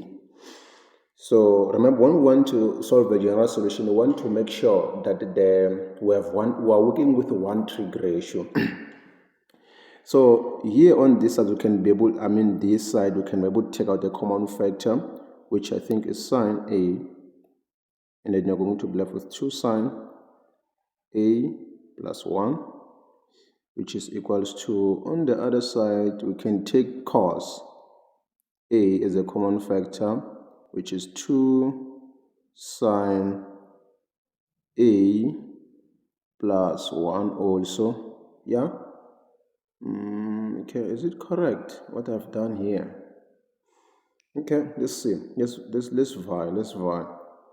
So, let me divide both sides by 2 sine A. This method, I don't trust it, but yeah, let me try this. So 2 sine A plus 1. So this is going to cancel this, and this is going to cancel this. So I'm going to be left with sine A, which is equals to cos A. The reason why I come up with this method, I saw this method that they use on the memorandum. I don't subscribe to it. I don't understand how they find this kind of stuff. Like, it's tough for me to explain, but I just decided to come up with my own. So from this one, what we can do, we can divide both sides by cos of A, cos of A. So this is going to cancel this. So this is the equal to tan actually. So this is equal to tan A, which is equals to cos divided by cos is equal to 1. So I'm going to look for the general solution of tan where sine A is less than z, is greater than 0. In other words, it's greater than 0. Where is this positive? Remember, sine is positive here and also positive on the first quadrant. So first I need a reference angle. Reference angle, I'm going to say tan inverse, and I put this 1, and then the reference angle here is going to be 45, obviously. So the first one I think is going to be on first quadrant, so which I'm going to take A, which is equals to, if our general solution is found in the first quadrant, it means that our reference angle is our first solution. So it's going to be 45 degrees plus, since it's tan, it's K 180, K element of integers. And then the other one, which I didn't see in the memo, I don't know why they didn't include it, is on quadrant number 2, so which is 8. For this one, you can correct me, guys, in the comment section. I just want to see your flaws. So we're going to take 180. We subtract with our reference angle. When I try to test this one out, it does not work on the equation. I don't know why, but yeah. K element of real number. So this is going to give us 135 plus K 180, K element of integers as our answer. So my solutions here, I think it's going to be this one. I think is correct. When I put it there, tested out, it's going to be correct. But the second one, that one of 135, it does not work. I don't know why, but this is how we solve this general solution. Can help me out for that last one. The other method, I don't subscribe to it. I think this one is easy, and all of you can be able to see how we can be able to attack this. Let's move on to the next question. So our next question, ladies and gentlemen, is 6.4. So they say P is a point on AB. You can see that. So if P is the point on AB, it means, look at this. Okay, look, if we have P, which was 2 and 3, I'm just giving an example. It means that this coordinate of M, it was also going to be equals to 2. It means that distance of distance was going to be 2. The distance of that one was going to be 3, because it is from this point to that point. Perfect, if it was the numbers. But unfortunately, we are given the variable. So it means that this side here is y, this one is x. And also this one is x, because they say it's a rectangle. So here is y. Okay, the question actually. So they say express PB. What is PB, first of all? So this is PB in terms of y and theta. So I think we're going to make use of this triangle. Let me just try to redraw it. We have theta, we have P and B and M and Y. So they wanted this side, and we have 90 degrees over here. So we can make use of our trig ratios. Remember, this is an hypotenuse, This is an opposite and adjacent. So which trig ratio are we going to use? So to know that you don't have to worry, you just need to just check what you are looking for and what you are given. We're given this O, we know it's Y. This one is what we're looking for. So which trig ratio talk about opposite and the hypotenuse? Obviously, it's going to be sine. So it's going to be sine of our reference angle, which is theta, which is equals to opposite. Opposite is MP divided by hypotenuse is PB. So we're looking for PB actually. So this is going to be sine of theta, which is equals to MP is Y divided by PB. So if you cross multiply this, you're going to get that PB is going to be equals to Y over sine theta. If you cross multiply, let me just cross multiply. So when we multiply this with this, it's going to be sine theta PB, and then the other one is going to be Y. So we'll divide both sides by sine theta and sine of theta. So PB is going to be equal to this. And then we'll take these 2 marks. Let's move on to the next. The last question, ladies and gentlemen, is this one. They say, hence prove that AB, what is AB here? AB is this one over there. That is equals to Y over sine theta. And surprise, look at this. We already have this, which is PB. This side here, we already have it.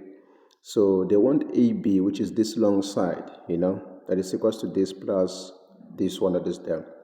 So if we can be able to find this AP, then we can be, because AB, it is falls under, okay, let's see this.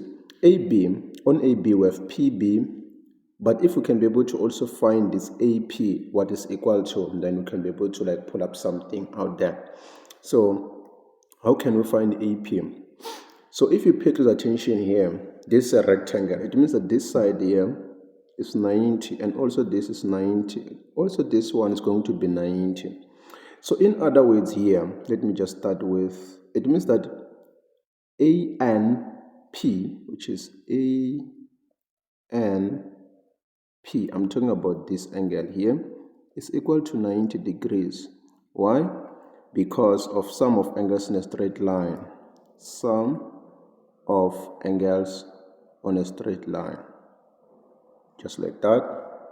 So from here on, if this is equal to 9, it means that these two lines are parallel to each other. It means that this is parallel to this. It means that NP is parallel to OM. Why? Is because corresponding angles are equal. So if these are parallel to each other, it means that even this side is theta, It means that AP N is also equals to theta because of corresponding angles. So, okay, so we know that this is X.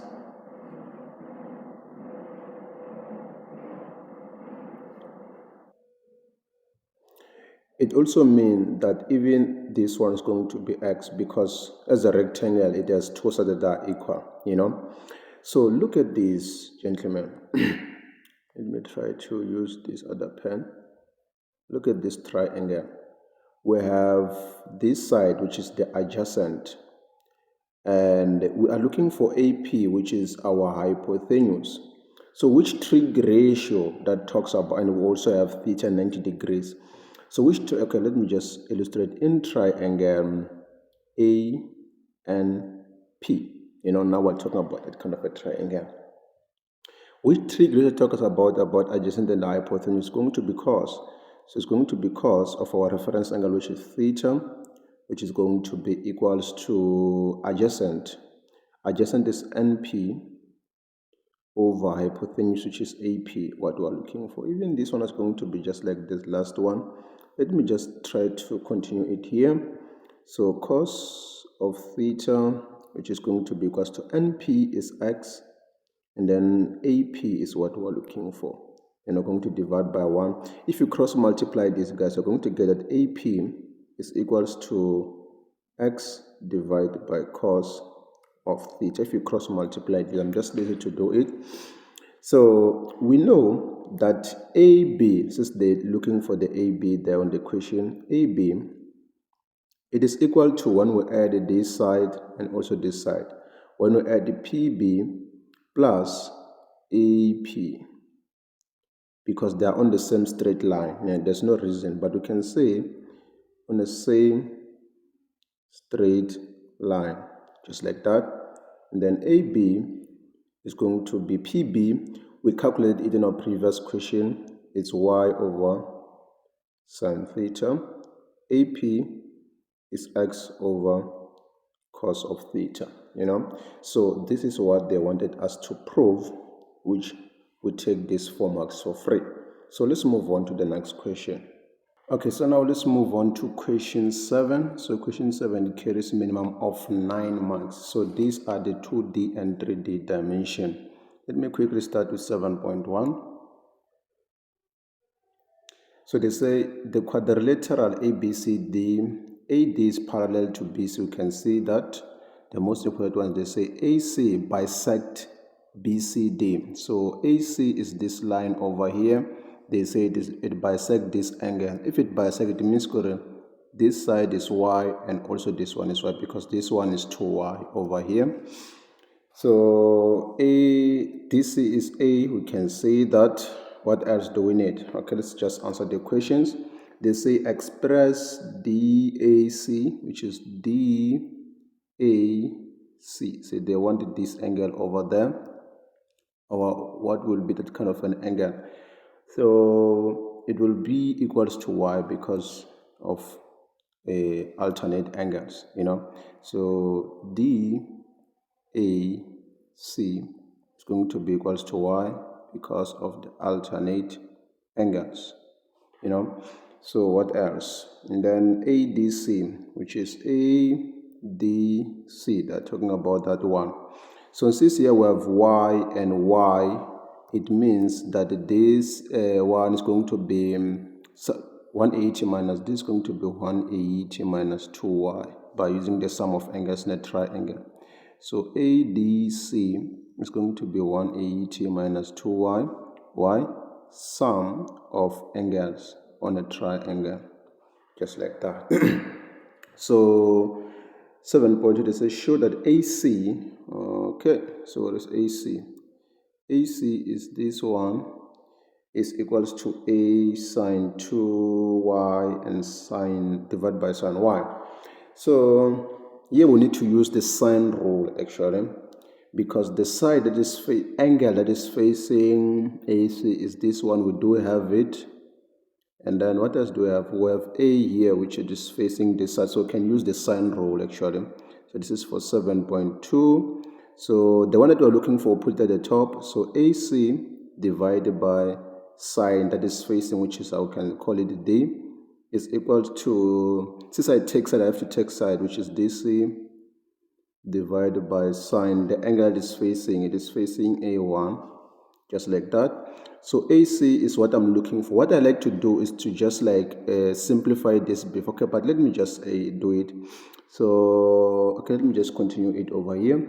So AC divided by sine angle D is 180 minus 2Y, just like that. And then which is equals to DC is A divided by sine angle A1 is Y. So you can see that where this Y come from. So using trigonometry, we can just interpret that using our diagram. So allow me to finish it over here. So here we have AC at the top divided by, this is going to give us sine, because 180 is positive, sine is positive on 180 minus.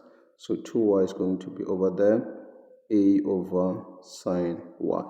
So what I would like to do, yes, I'm looking for is I'm going to divide both sides by sine 2Y, and also I'm going to multiply both sides, 2Y, just like that. So this is going to cancel this. So AC is going to be left alone, which is going to be equals to, so I'm going to multiply, this one is just like this, A multiplied by this one is going to be A sine 2Y divided by what is there, which is sine Y. And with this, we successfully proven that one. Let's move on to the next. The next one is this one, 7.2. They say show that AC, AC again. So AC is this one. Is equals to BC sine X and sine X plus Y. What is happening here? Okay, so BC is this side over here. And then where can we get the X? X, we can get it here. Yeah, I think we're going to use this triangle actually, to find what we're looking for.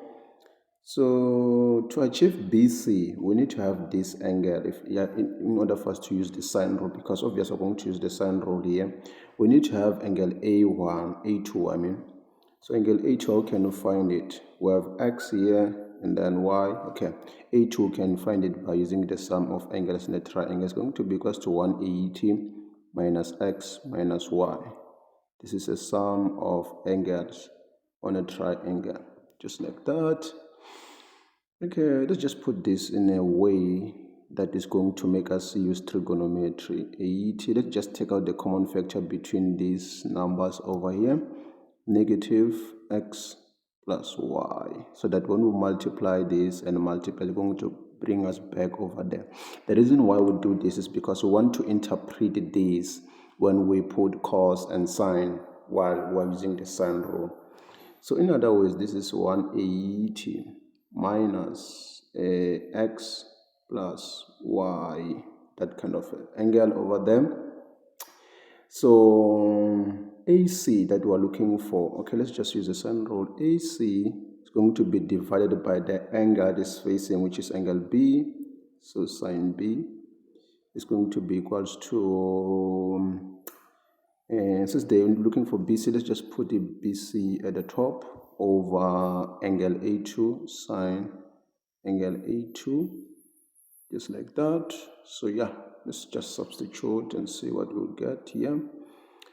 So AC, we're looking for it. AC actually divided by sine B, which is sine B is X, equal to BC. This one we don't need the size of it. Sine A, okay, sine angle A2, this one is 180 minus X plus Y, close brackets, just like that. So I think we need to just first interpret this. This is AC sine X, and we have BX over there. So we need to interpret this actually. So this is going to be sine of X plus Y. Why? Is because 180 minus any angle using trigonometry, sine is going to be positive over there. So now we can see we can multiply both sides by sine X and multiply this side by sine X. Multiply both sides by sine X. So this sine is going to cancel this one, and then let me just scroll down, and then AC is going to be equals to BC multiplied by this. I mean, this one's going to be, this is multiplied. So BC is going to be multiplied with sine X divided by sine X plus Y, just like that. And with this, we have successfully proven what they want over there. And all of this for 2 marks. Yeah, that's how unfair they are, these people. Yeah, let's move on to the next. So for the next one, to save time, I just already put what we have proven, because this question, it needs us to use our previous questions. So 7.4, they say, hence prove that BC is equals to 2 cos Y sine A. So as you can see, I put this so you can be able to see. Look at this, sine X plus Y is the same as this one. And then sine X is the same as this one. And then the BC that we're looking for is that one. And what else? A is this one, and 2y is that one that we're looking for, perfect. And sine Y, I don't think we need that, but yeah, we will see, So let's use what we have proven previously, this one, to just see if this will line up as we want. So AC is equals to BC over sine X divided by sine X plus Y. So I'm just pasting this the way it is. So we know the value of AC is equals to this. So let's just substitute, which is A sine 2y divided by sine y, which is equals to BC sine x over sine x plus y. So let's just pause for a second. What do we need here? What is something we don't need? What we don't need actually on the left is this one. We don't need it over there. What can we do? Because all of everything we don't need it there. What can we do? So, oh, this is a double angle. Do you see this? It's a double angle. So this is the same as 2 sine y cos y, which are going to divide by sine y, which is equals to BC. This one here, we must not change anything because we are too close. On the other side is most of the things is what we want. Okay, so let's move. What else do we need here? So look at this. This is going to cancel out with that one. So I'm going to be left with by looking at this, they started with 2a. Let me just multiply these two. Since this is multiplication, so I will just say 2a cos y. Look at how close we are. And then BC sine x over sine x plus y, gentlemen. So we can cross multiply this. Okay, what we can do, what I like to do actually is just to multiply both sides by sine x plus y and also multiply the other side with it. So this is going to cancel on the other side, and the other one I'm going to be left with BC sine x. Since we multiply both sides with this, let me just multiply on the side. But on the other side we have 2 sine, we have 2a, what am I writing, cos y. So I want to multiply with sine x plus y. You can pause for a second and try to understand what I've done. I've multiplied both sides with, so just because I don't have a space there, I didn't find time to write that one. But you can pause. Please pause if you didn't understand that part. So we're looking for BC, so I can divide both sides by sine x. Sine x. So this is going to cancel this. So therefore, you can see right now for BC is going to be equals to 2a cos a y sine x plus y divided by sine x, and it's what they wanted all along over there, and we've proven it. So yeah, let's move on to the next. So now let's move on to question 8. So question 8 is the trig function. So the Senate diagram below were given represent a part of the graph of two trigonometric functions. For x is an element, okay, it starts from the 0 to 180. So the first question, they say identify these functions by writing it in a form of f of x, and then the second one is g of x. Hopefully most of you forgot the basics. Let me just give you a quick basics of trigonometry, of trig functions. What you must understand is that a graph of sine, if you have forgotten, it starts from 0 and it ends from 0. Like if it start from 0 and always end from 0. So it goes something like this as a form of the sine graph. If like there is no changes of amplitude and the values of q, something like that. A normal graph of sine, So this is a grade 10 basics. So the cos one, it starts from 1 always and end from 1. The basic one start from here. And this one is like a bowl actually. My teacher, when he taught me this, he told me to memorize this by always associating the cos graph with like a bowl. As you can see, it's like a bowl, something like that, But the main purpose that I want you to understand is that the cos graph is start from 1 to 1. Like it can change if like it is like, for example, if the amplitude changes, it can change if the amplitude change and also the value of q. But the normal one, the originality of it start from 1 to 1, and then the sun start from 0 to 0. So it is important for you to understand those two differences. Let's get back to our question. So look at this, the first one, which is f of x, which is this graph over here. What is happening here? Look at this. It starts from 0 to 180. So let's just check if there is some changes of the amplitude here. is that is the resting position. The amplitude is the resting position, by the way, if you don't know. So it is rest from 1, so there's no changes. So this is the original graph of a sine actually. So 8.1.1 f of x is going to be equals to sine x. Yeah, you can say so. And okay, 8.1.2, let's just take a look at this one. So the one that starts from 1, it has to be a sine graph, a cos graph, I mean. So this one starts from 1, as you can see over there. But the difference with this is that it starts from the -1. It was supposed to start from this side and it goes something like this. The original cos graph that we know without the changes of the amplitude.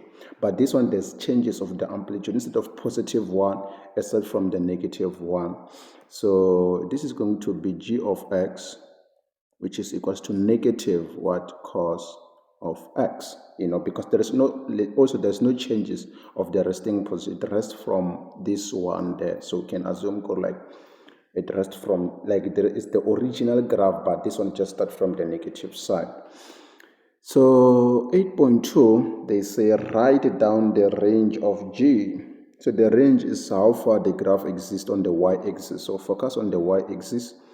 So this one, we start from the negative. We start from -1 up until it rests from 1 actually. So we can say y is an element from -1 to 1. We can put the bigger because that's where it includes those kinds of numbers. So 8.3, I think this one is the easiest one, the tree graph. This type of questions, I think here they were a little bit easy. So they say write down the period of f. The period of f. Guys, if you don't know this, please go and check some videos of, like, go and do revision from grade 10 work, because in June exam, like the tree graph and what is this, the 3D and the 2D dimension, the statistics, it's all the grade 11 work on June for Limpopo. They take the grade 11 work, all of it, and grade 10, even this one. So if there is no changes, look at this, there is no value of b, so the period here, your teacher taught probably in grade 11, we learned that period is equals to 360 divided by b. So the b is, this is for those kinds of graph like this. So b is this one we divide by 2. But that one that does not have a value of b, the period always for cos and sine, it's always the same. It's always 360. So period is equals to 360 for this one. And then 8.4, I want to explain this because I hate it. I saw some of my students make mistakes here. They want the amplitude of g, So, and I think it comes from the teachers. The mistake that a lot of people make here is because of how teachers taught this in class. You are probably being taught in your class that A of the graph, any graph, is the amplitude. So with this, a lot of people make a lot of mistakes, which I want you to take your notes right now and please write this down because it's going to help you. A is just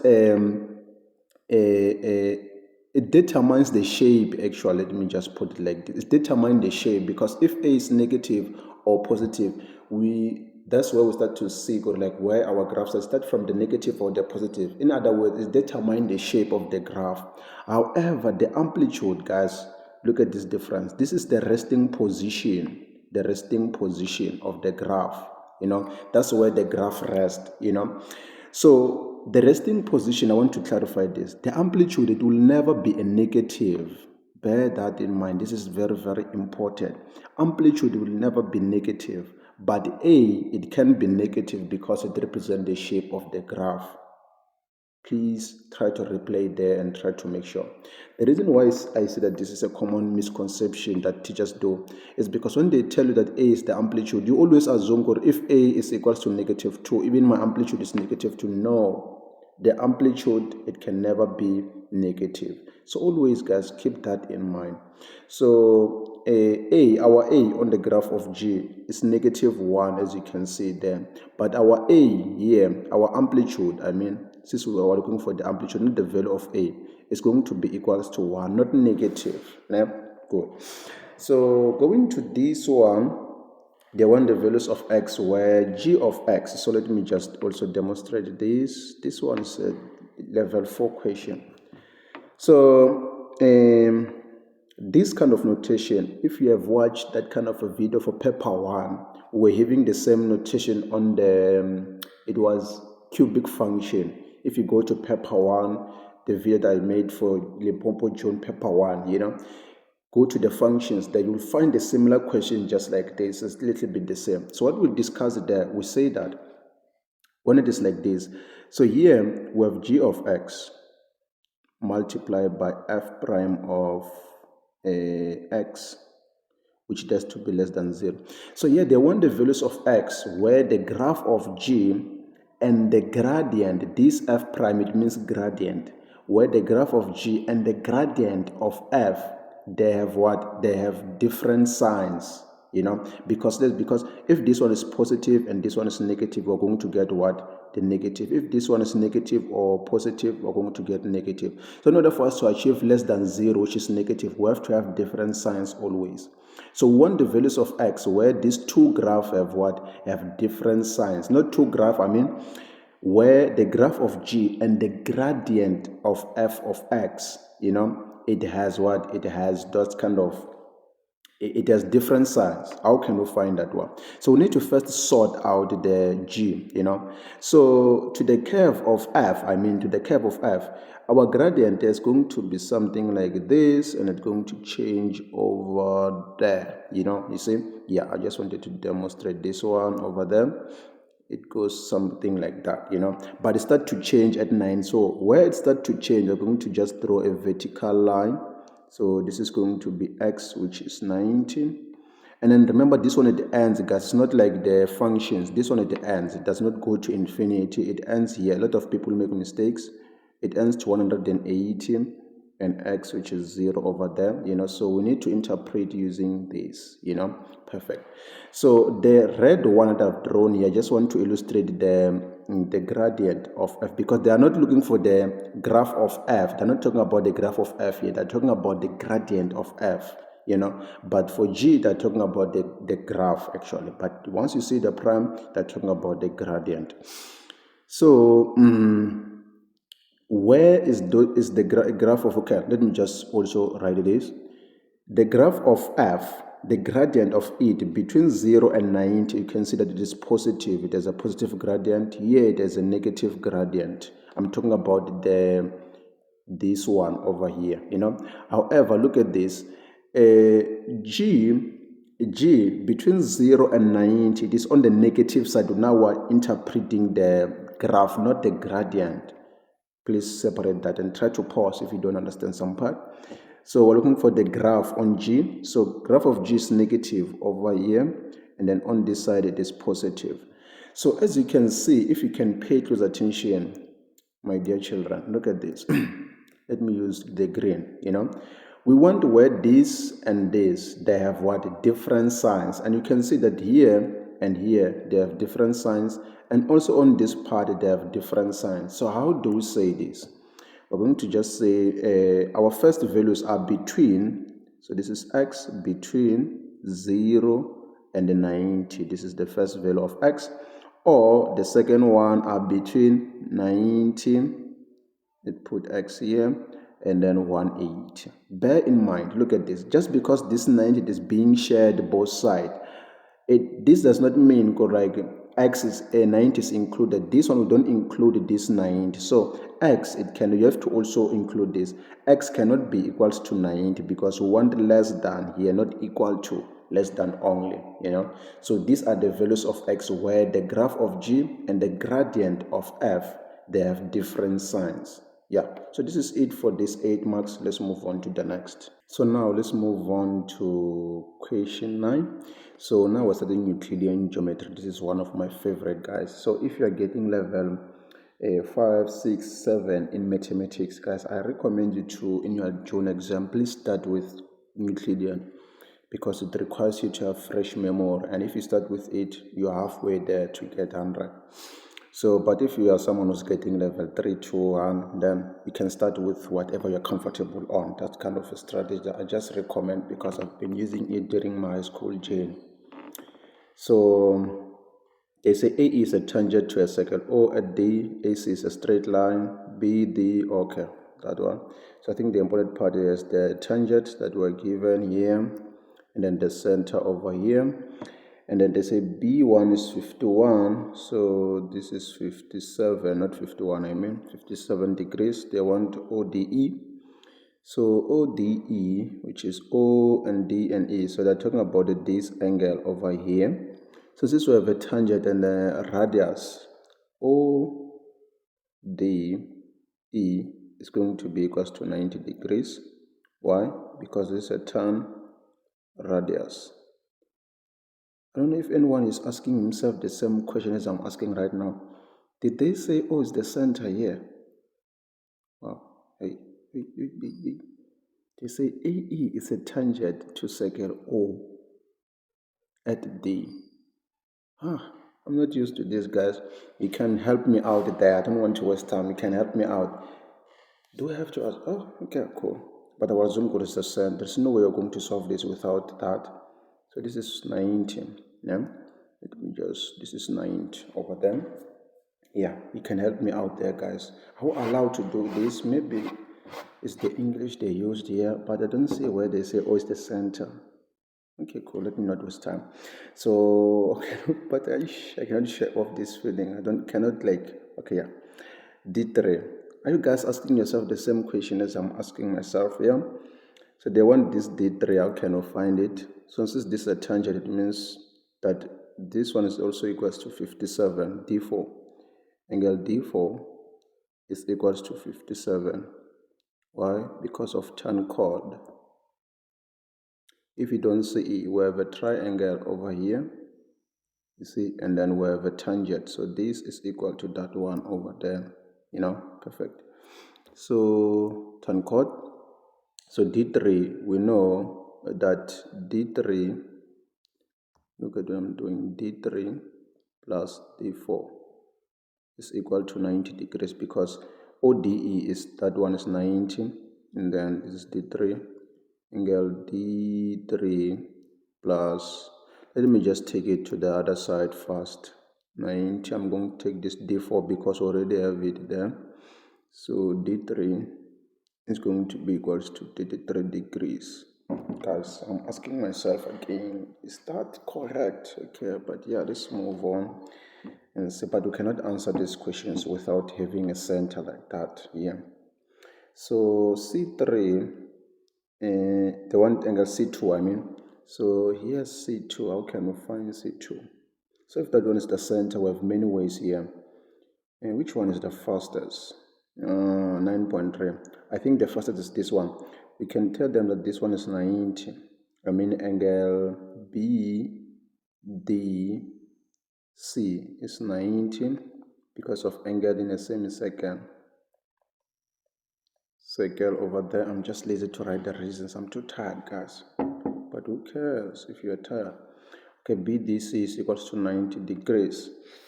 So what we can do, C2, look at this, angle C2 is equal to the addition of angle BDC plus angle B1.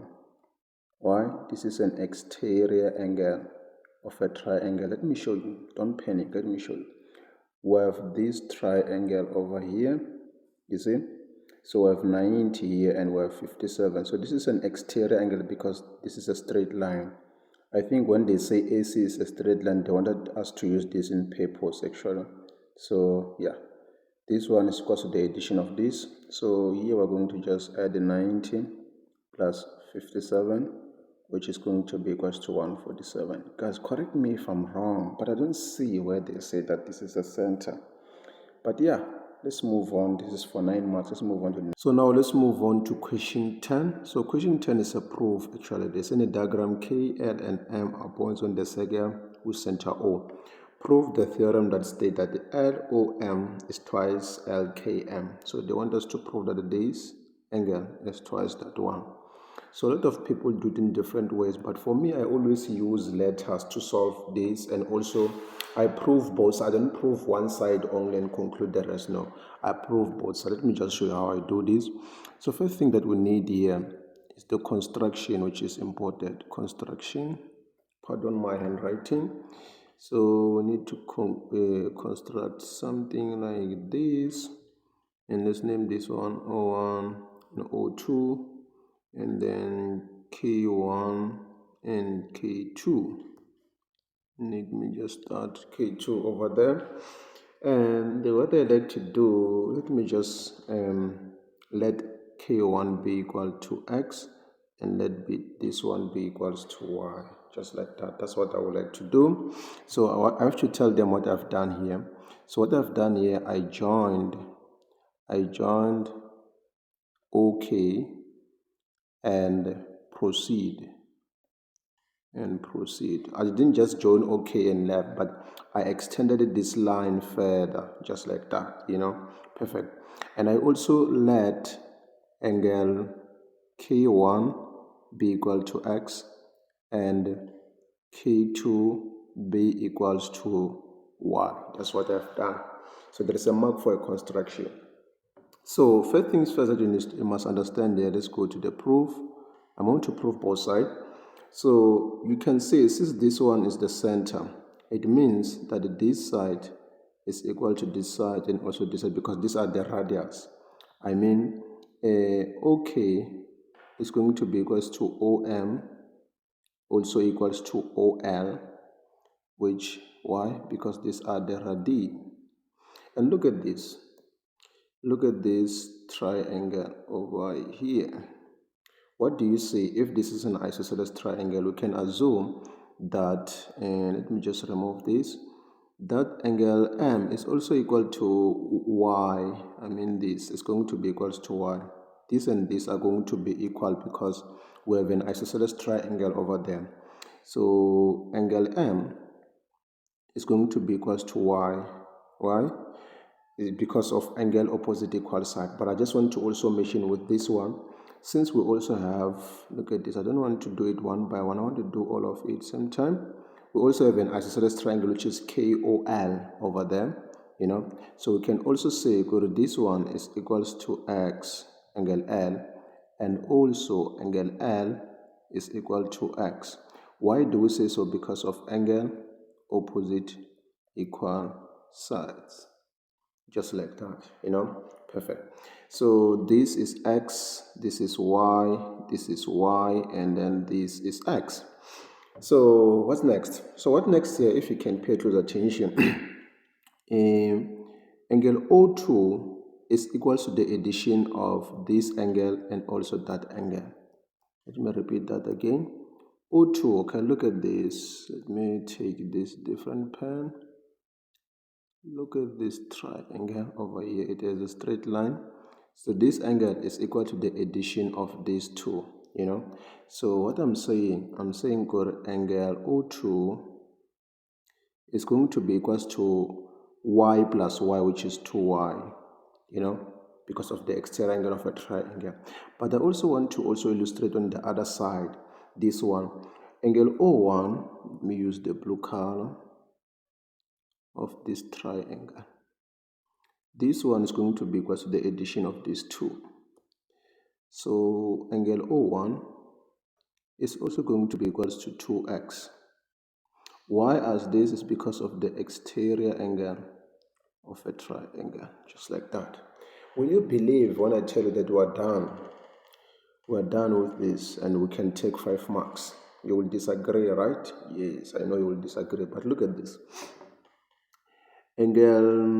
What is angle O1 plus angle O2? Okay, let me just define it one by one. O1, we say it's equal to what? To 2x, which is what we have said over here. Plus, what is angle O2? O2 is 2y. This, when we add with this, what is equal to? Is equals to 2x plus 2y. We are done with this. Let me just try to make sure that on the other side I take out the common so you can be able to see that we are done. So this is 2x plus y. Just take a common factor of 2 there. Look at this, my child. We are done with this. What is angle O1 plus O2? Let me erase this so you can be able to see, my child. This and this one. since we said that O1 is this one and O2 is this one, so O1 and O2 is this angle, whole angle, which is LOM. So O1 and O2 is LOM, just like that, which is equals to 2. What is x plus y? X plus y is this angle here, x plus y, which is angle what? LKM, or K1 and K2, So x plus 1 is what? Is LKM, just like that, which is this angle, or this angle over here. If we want this angle, the total length of this one is going to be x plus y. So hence, here we can conclude that LOM is equals to 2LKM. So why does this LOM stand like this? Okay, love of my life. Yeah, no, this is not it. Okay, yeah, so let's move on to the next question. So now let's move on. To 10.2. So this one is a little bit tough. So yeah, let me just try to create some space so that I can be able to write this one carefully. So here it is actually. So they say O is the center. Look at this, guys. On our previous video, they didn't tell us like this, called O is the center. Hence, it was a little bit tough for me to confirm what is the center, So they say XY is the tangent. They're talking about this side over here, what is a tangent. And then they also say, okay, this information that they taught over here, I already illustrated it over here, or here is equal to this, and Y1 is equals to M. I just wanted to save time. So they say write down with the reasons two angles that equals to M. So the first one is going to be X, actually. So I'm going to just say X, angle X actually is equals to M. What is the reason? Because of angle opposite equal sides. Just like that. And then the second one, what will be the second one here? So if this is M, what else that is going to be equals to M? Okay, so look at this. Since this is a tangent, it means also T1 is going to be equals to M. I mean, this is going to be equals to M because of tan chord, because of this triangle over here with the tangent, you see? So it's going to be a tan chord, the reason. So angle T1 is going to be equals to M tan chord theorem. So yeah, those are the two angles that equals to M. So then the next one, they say write down with reasons three angles that are equals to 2M. So what are the two angles that equals to 2M here? What are those? Oh, the first one is this one. Look at this. Let me just use this pen over here. Look at this one. We have a triangle. This is an exterior angle. P3 is going to be equals to M plus M, which is 2M. So yeah, I think that's where we're going to start. Angle P3 is going to be equals to 2M, because we're going to add this and that one to find that kind of a value. Why? Because of an exterior angle of a triangle. If you don't see, I'm talking about triangle XYP. XYP that I'm talking about. So this side is going to be equals to 2M. This side is going to be equals to 2M. So what else can we produce here? Okay, look at this. Yeah, I didn't see this. I thought maybe it's that other one. Look at this. We have this angle in the same segment. This angle is equals to this angle. So another one here is going to be angle T2, which is going to be equals to 2M. This is an angle in the same seg, just like that. So this is 2M. What else, guys? Is there anyone here? Okay. What else? Oh, Okay, look at this, guys. We're given a center here. This angle, man, these people, they have a way. This is the toughest question paper ever, guys, that I ever encountered. This is so tough. Imagine it was June. Imagine the trial. Look at this. Angle at the center is twice angle at the circumference. So angle O1 is going to be a 2m because it's angle at the center, which is twice angle at the circumference. And with this, we're done with this question. Let's move on to the next one. So our next question here is question 11, which it carries 16 marks. Guys, this one, it needs you to be very, very careful. Okay, let's just go through it. So I divided the question so that I can be able to have space to write. So they say ABC is an acute angle triangle inscribing in circle O. What is this, guys? What is this? Yes, what I taught you on, this is what I was saying on the previous questions. Like it seems as if like to Limpopo questions, most of them, because this is the same question as like there's this question paper 2023 June. They say it like this. Like this is the, like you can underline this, guys. If you go and look at the first question, the question 8, they have a way, like in Limpopo, those kinds of what do they call them actually? The examiners. They have their own way to say or something is the center. Look at how they say it. They say A B C D is inscribing in circle O.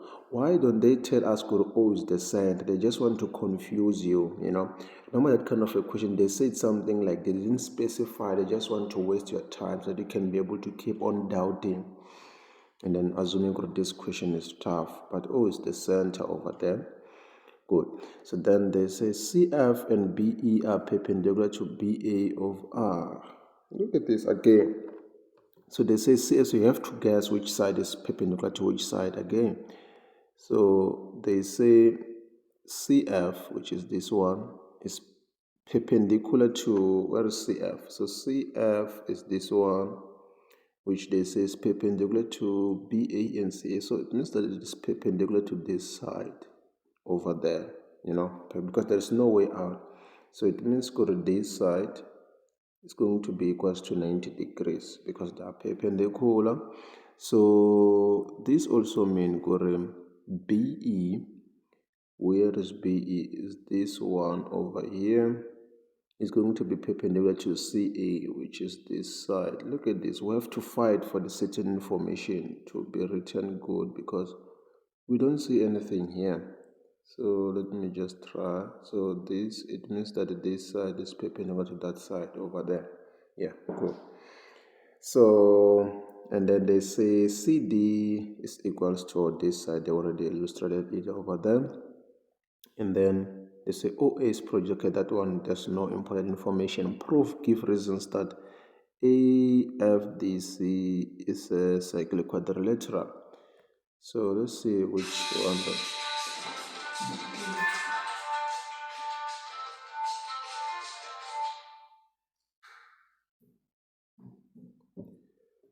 Okay, excuse guys. So I was just, this was my phone was ringing. So AFDC. So it's AFDC. So let me just use this to highlight it. Okay, let me just use a pen actually, the red one. So this is what they're talking about actually over there. So they want us to prove this is a cyclic quad. So what can we use to prove this? Oh, okay. Since this side is 90, angle F3 is equal to 90 degrees. We're given this. It's a given information because we're given go like these are perpendicular lines. So it's a given information. But look at this. We have a center here, as I described, that this is their way of telling you that something is a center. So it means that this side is also going to be equals to 90 degrees. angle D3 is equals to 90 degrees. Remember the theorem 1 is the converse of theorem 1 actually. A line from the center which is to the midpoint of the chord, it's subtend 90 degrees. So what is the reason here? Is the line from center to the midpoint of the chord. That's our reason. So if this one is equals to 90, so this is going to be a cyclic chord. AFDC is a cyclic chord. Why do we say it's a cyclic chord? Because of the converse of angle in the same cycle. This is very important. You cannot prove a cyclic chord or a tangent without stating the reason why you say so. So yeah, I think this is it for these 4 marks, because we use, remember, the converse of angle in the same segment is for proving a cyclic quadrilateral. Let's move on to the next. So our next one, they say prove that C2 is equals to C3. So they want us to prove that this side is equal to this side. So can we prove that? Okay, cool. What do we have? Okay, we just proven that this, let me use this one. We just proven recently that this is a cyclic chord, right? So if this is a cyclic chord, it means that this, let me just remove it actually. It means that this side, this is going to be equals to this also. Angle C2 is going to be equals to angle A1. Why? Because we've proven that what is this? AFDC is a cyclic chord. We have proven that. So if this is cyclic chord, it means that all those kinds of angles are going to be equal then. But however, look at this, gentlemen. Let me just use this. So look at this one over here. We have angle in the same segment. C3 is equals to A1. So angle C3 is also equals to angle A1. This is an angle in the same segment or same sec, just like that. So therefore I can conclude good angle C2 is equals to angle C3. Why? Because they are both equals to angle A1. Yeah. So with this, we've proven this and we took 3 marks. Let's move on. So our third question, they say prove that ABD is similar to triangle CGD. So already highlighted lamps that we can be able to see here. So the yellow one, okay, let me just use the pink one. This one here, ABD is this one, and then CGD is that one over there. Yeah, it's the pink one. So they want us to prove this similar. So we just need two sides actually. But we already proven that C2, C3, not C2, C3 is equals to angle A1. This we already proven it on our previous question, which is it was 11.2 actually. We proven this. And okay, what else can we prove here? Okay, this is going to be equals to this one because of angle in the same segment. Angle G is going to be equals to angle B. Why? Angle is same segment. So therefore D4 is going to be equals to this one, it was obvious since yes 90 is 90 over there. So angle D4, yeah, it's going to be equals to angle, this is not D1, it's ADB, which is ADB. DB. We can say third angle, let me not waste time, third angle of a triangle, but there's even vertical opposite still applies there. So therefore, a lot of students, whenever they're proving this similarity, they just proven some certain angles and just leave it there. No, you need to conclude that triangle ABD is similar to triangle CGD. Why? Because of angle, just like that. So let's move on to the next one. So our final question, guys, is this one, is this 6 marks question.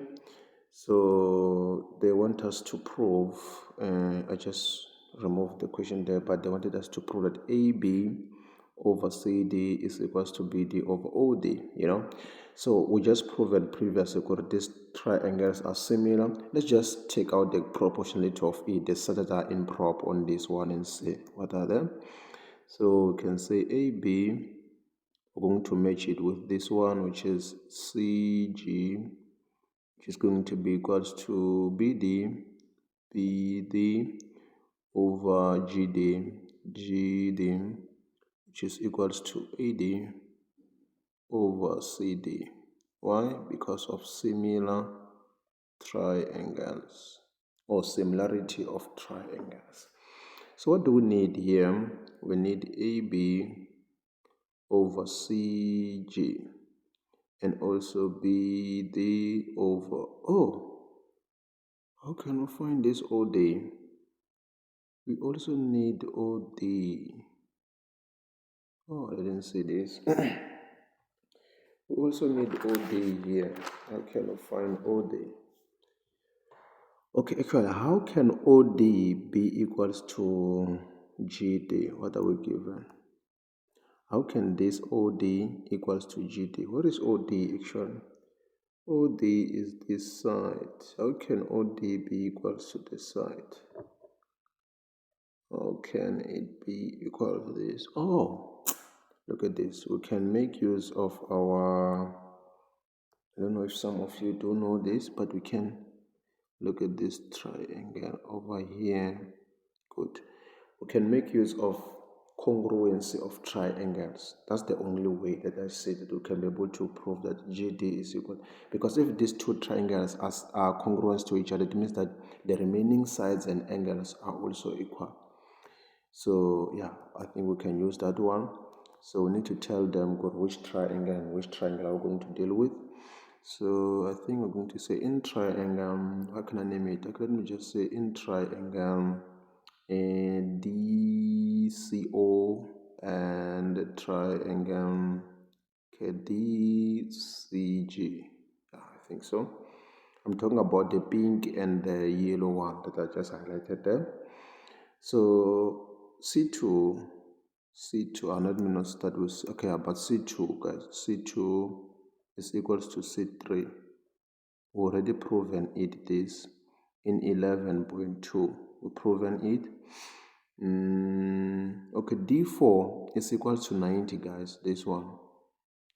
Remember on my previous question, I didn't mention it. I wanted to mention what this is. Since this one is 90 and these are vertical opposite, so these are equal to 90 actually. So angle D4 is going to be equals to angle, angle D3. Can I say proven? Okay, let me just say good. It's a sum of angles in a straight line. Sum of angles on a straight line. Just for argument's sake, I just use the sum of angles in a straight line. And also, there is a common side there, which is CD. Is going to be equals to CD. Why? Because this side is the common side. Remember, guys, what is the importance of congruence? Importance of congruence, after proving that something are congruent to each other, you conclude that the remaining sides and angles are going to be equal. That's something that I taught in grade 10. If you don't know congruence, guys, I have a playlist in grade 10 for Euclidean geometry. Go through that if you want to, So, okay, so from here on, we can conclude good triangle DCO is congruent, not similar, congruent to triangle DCG. Why? We've proven an angle and a side. Is this RHS. No, RHS is included if we have proven the hypotenuse side. So we didn't prove the hypotenuse side. So it means, can we call it? No, we cannot call it when it's an hypotenuse side. No, we cannot. So this is AA side actually. Yeah, just like that. So if these are congruent, we can now conclude that OD is equals to what? To GD. You know why? Because of congruency of triangles. So now we can be able to say AB over CG is equals to BD. Instead of GD, we can substitute OD. So I think this was the toughest question, guys. Yeah. And this is it for this question paper. If you have found this useful, don't forget to subscribe to the channel. So without further ado, see you on the next video.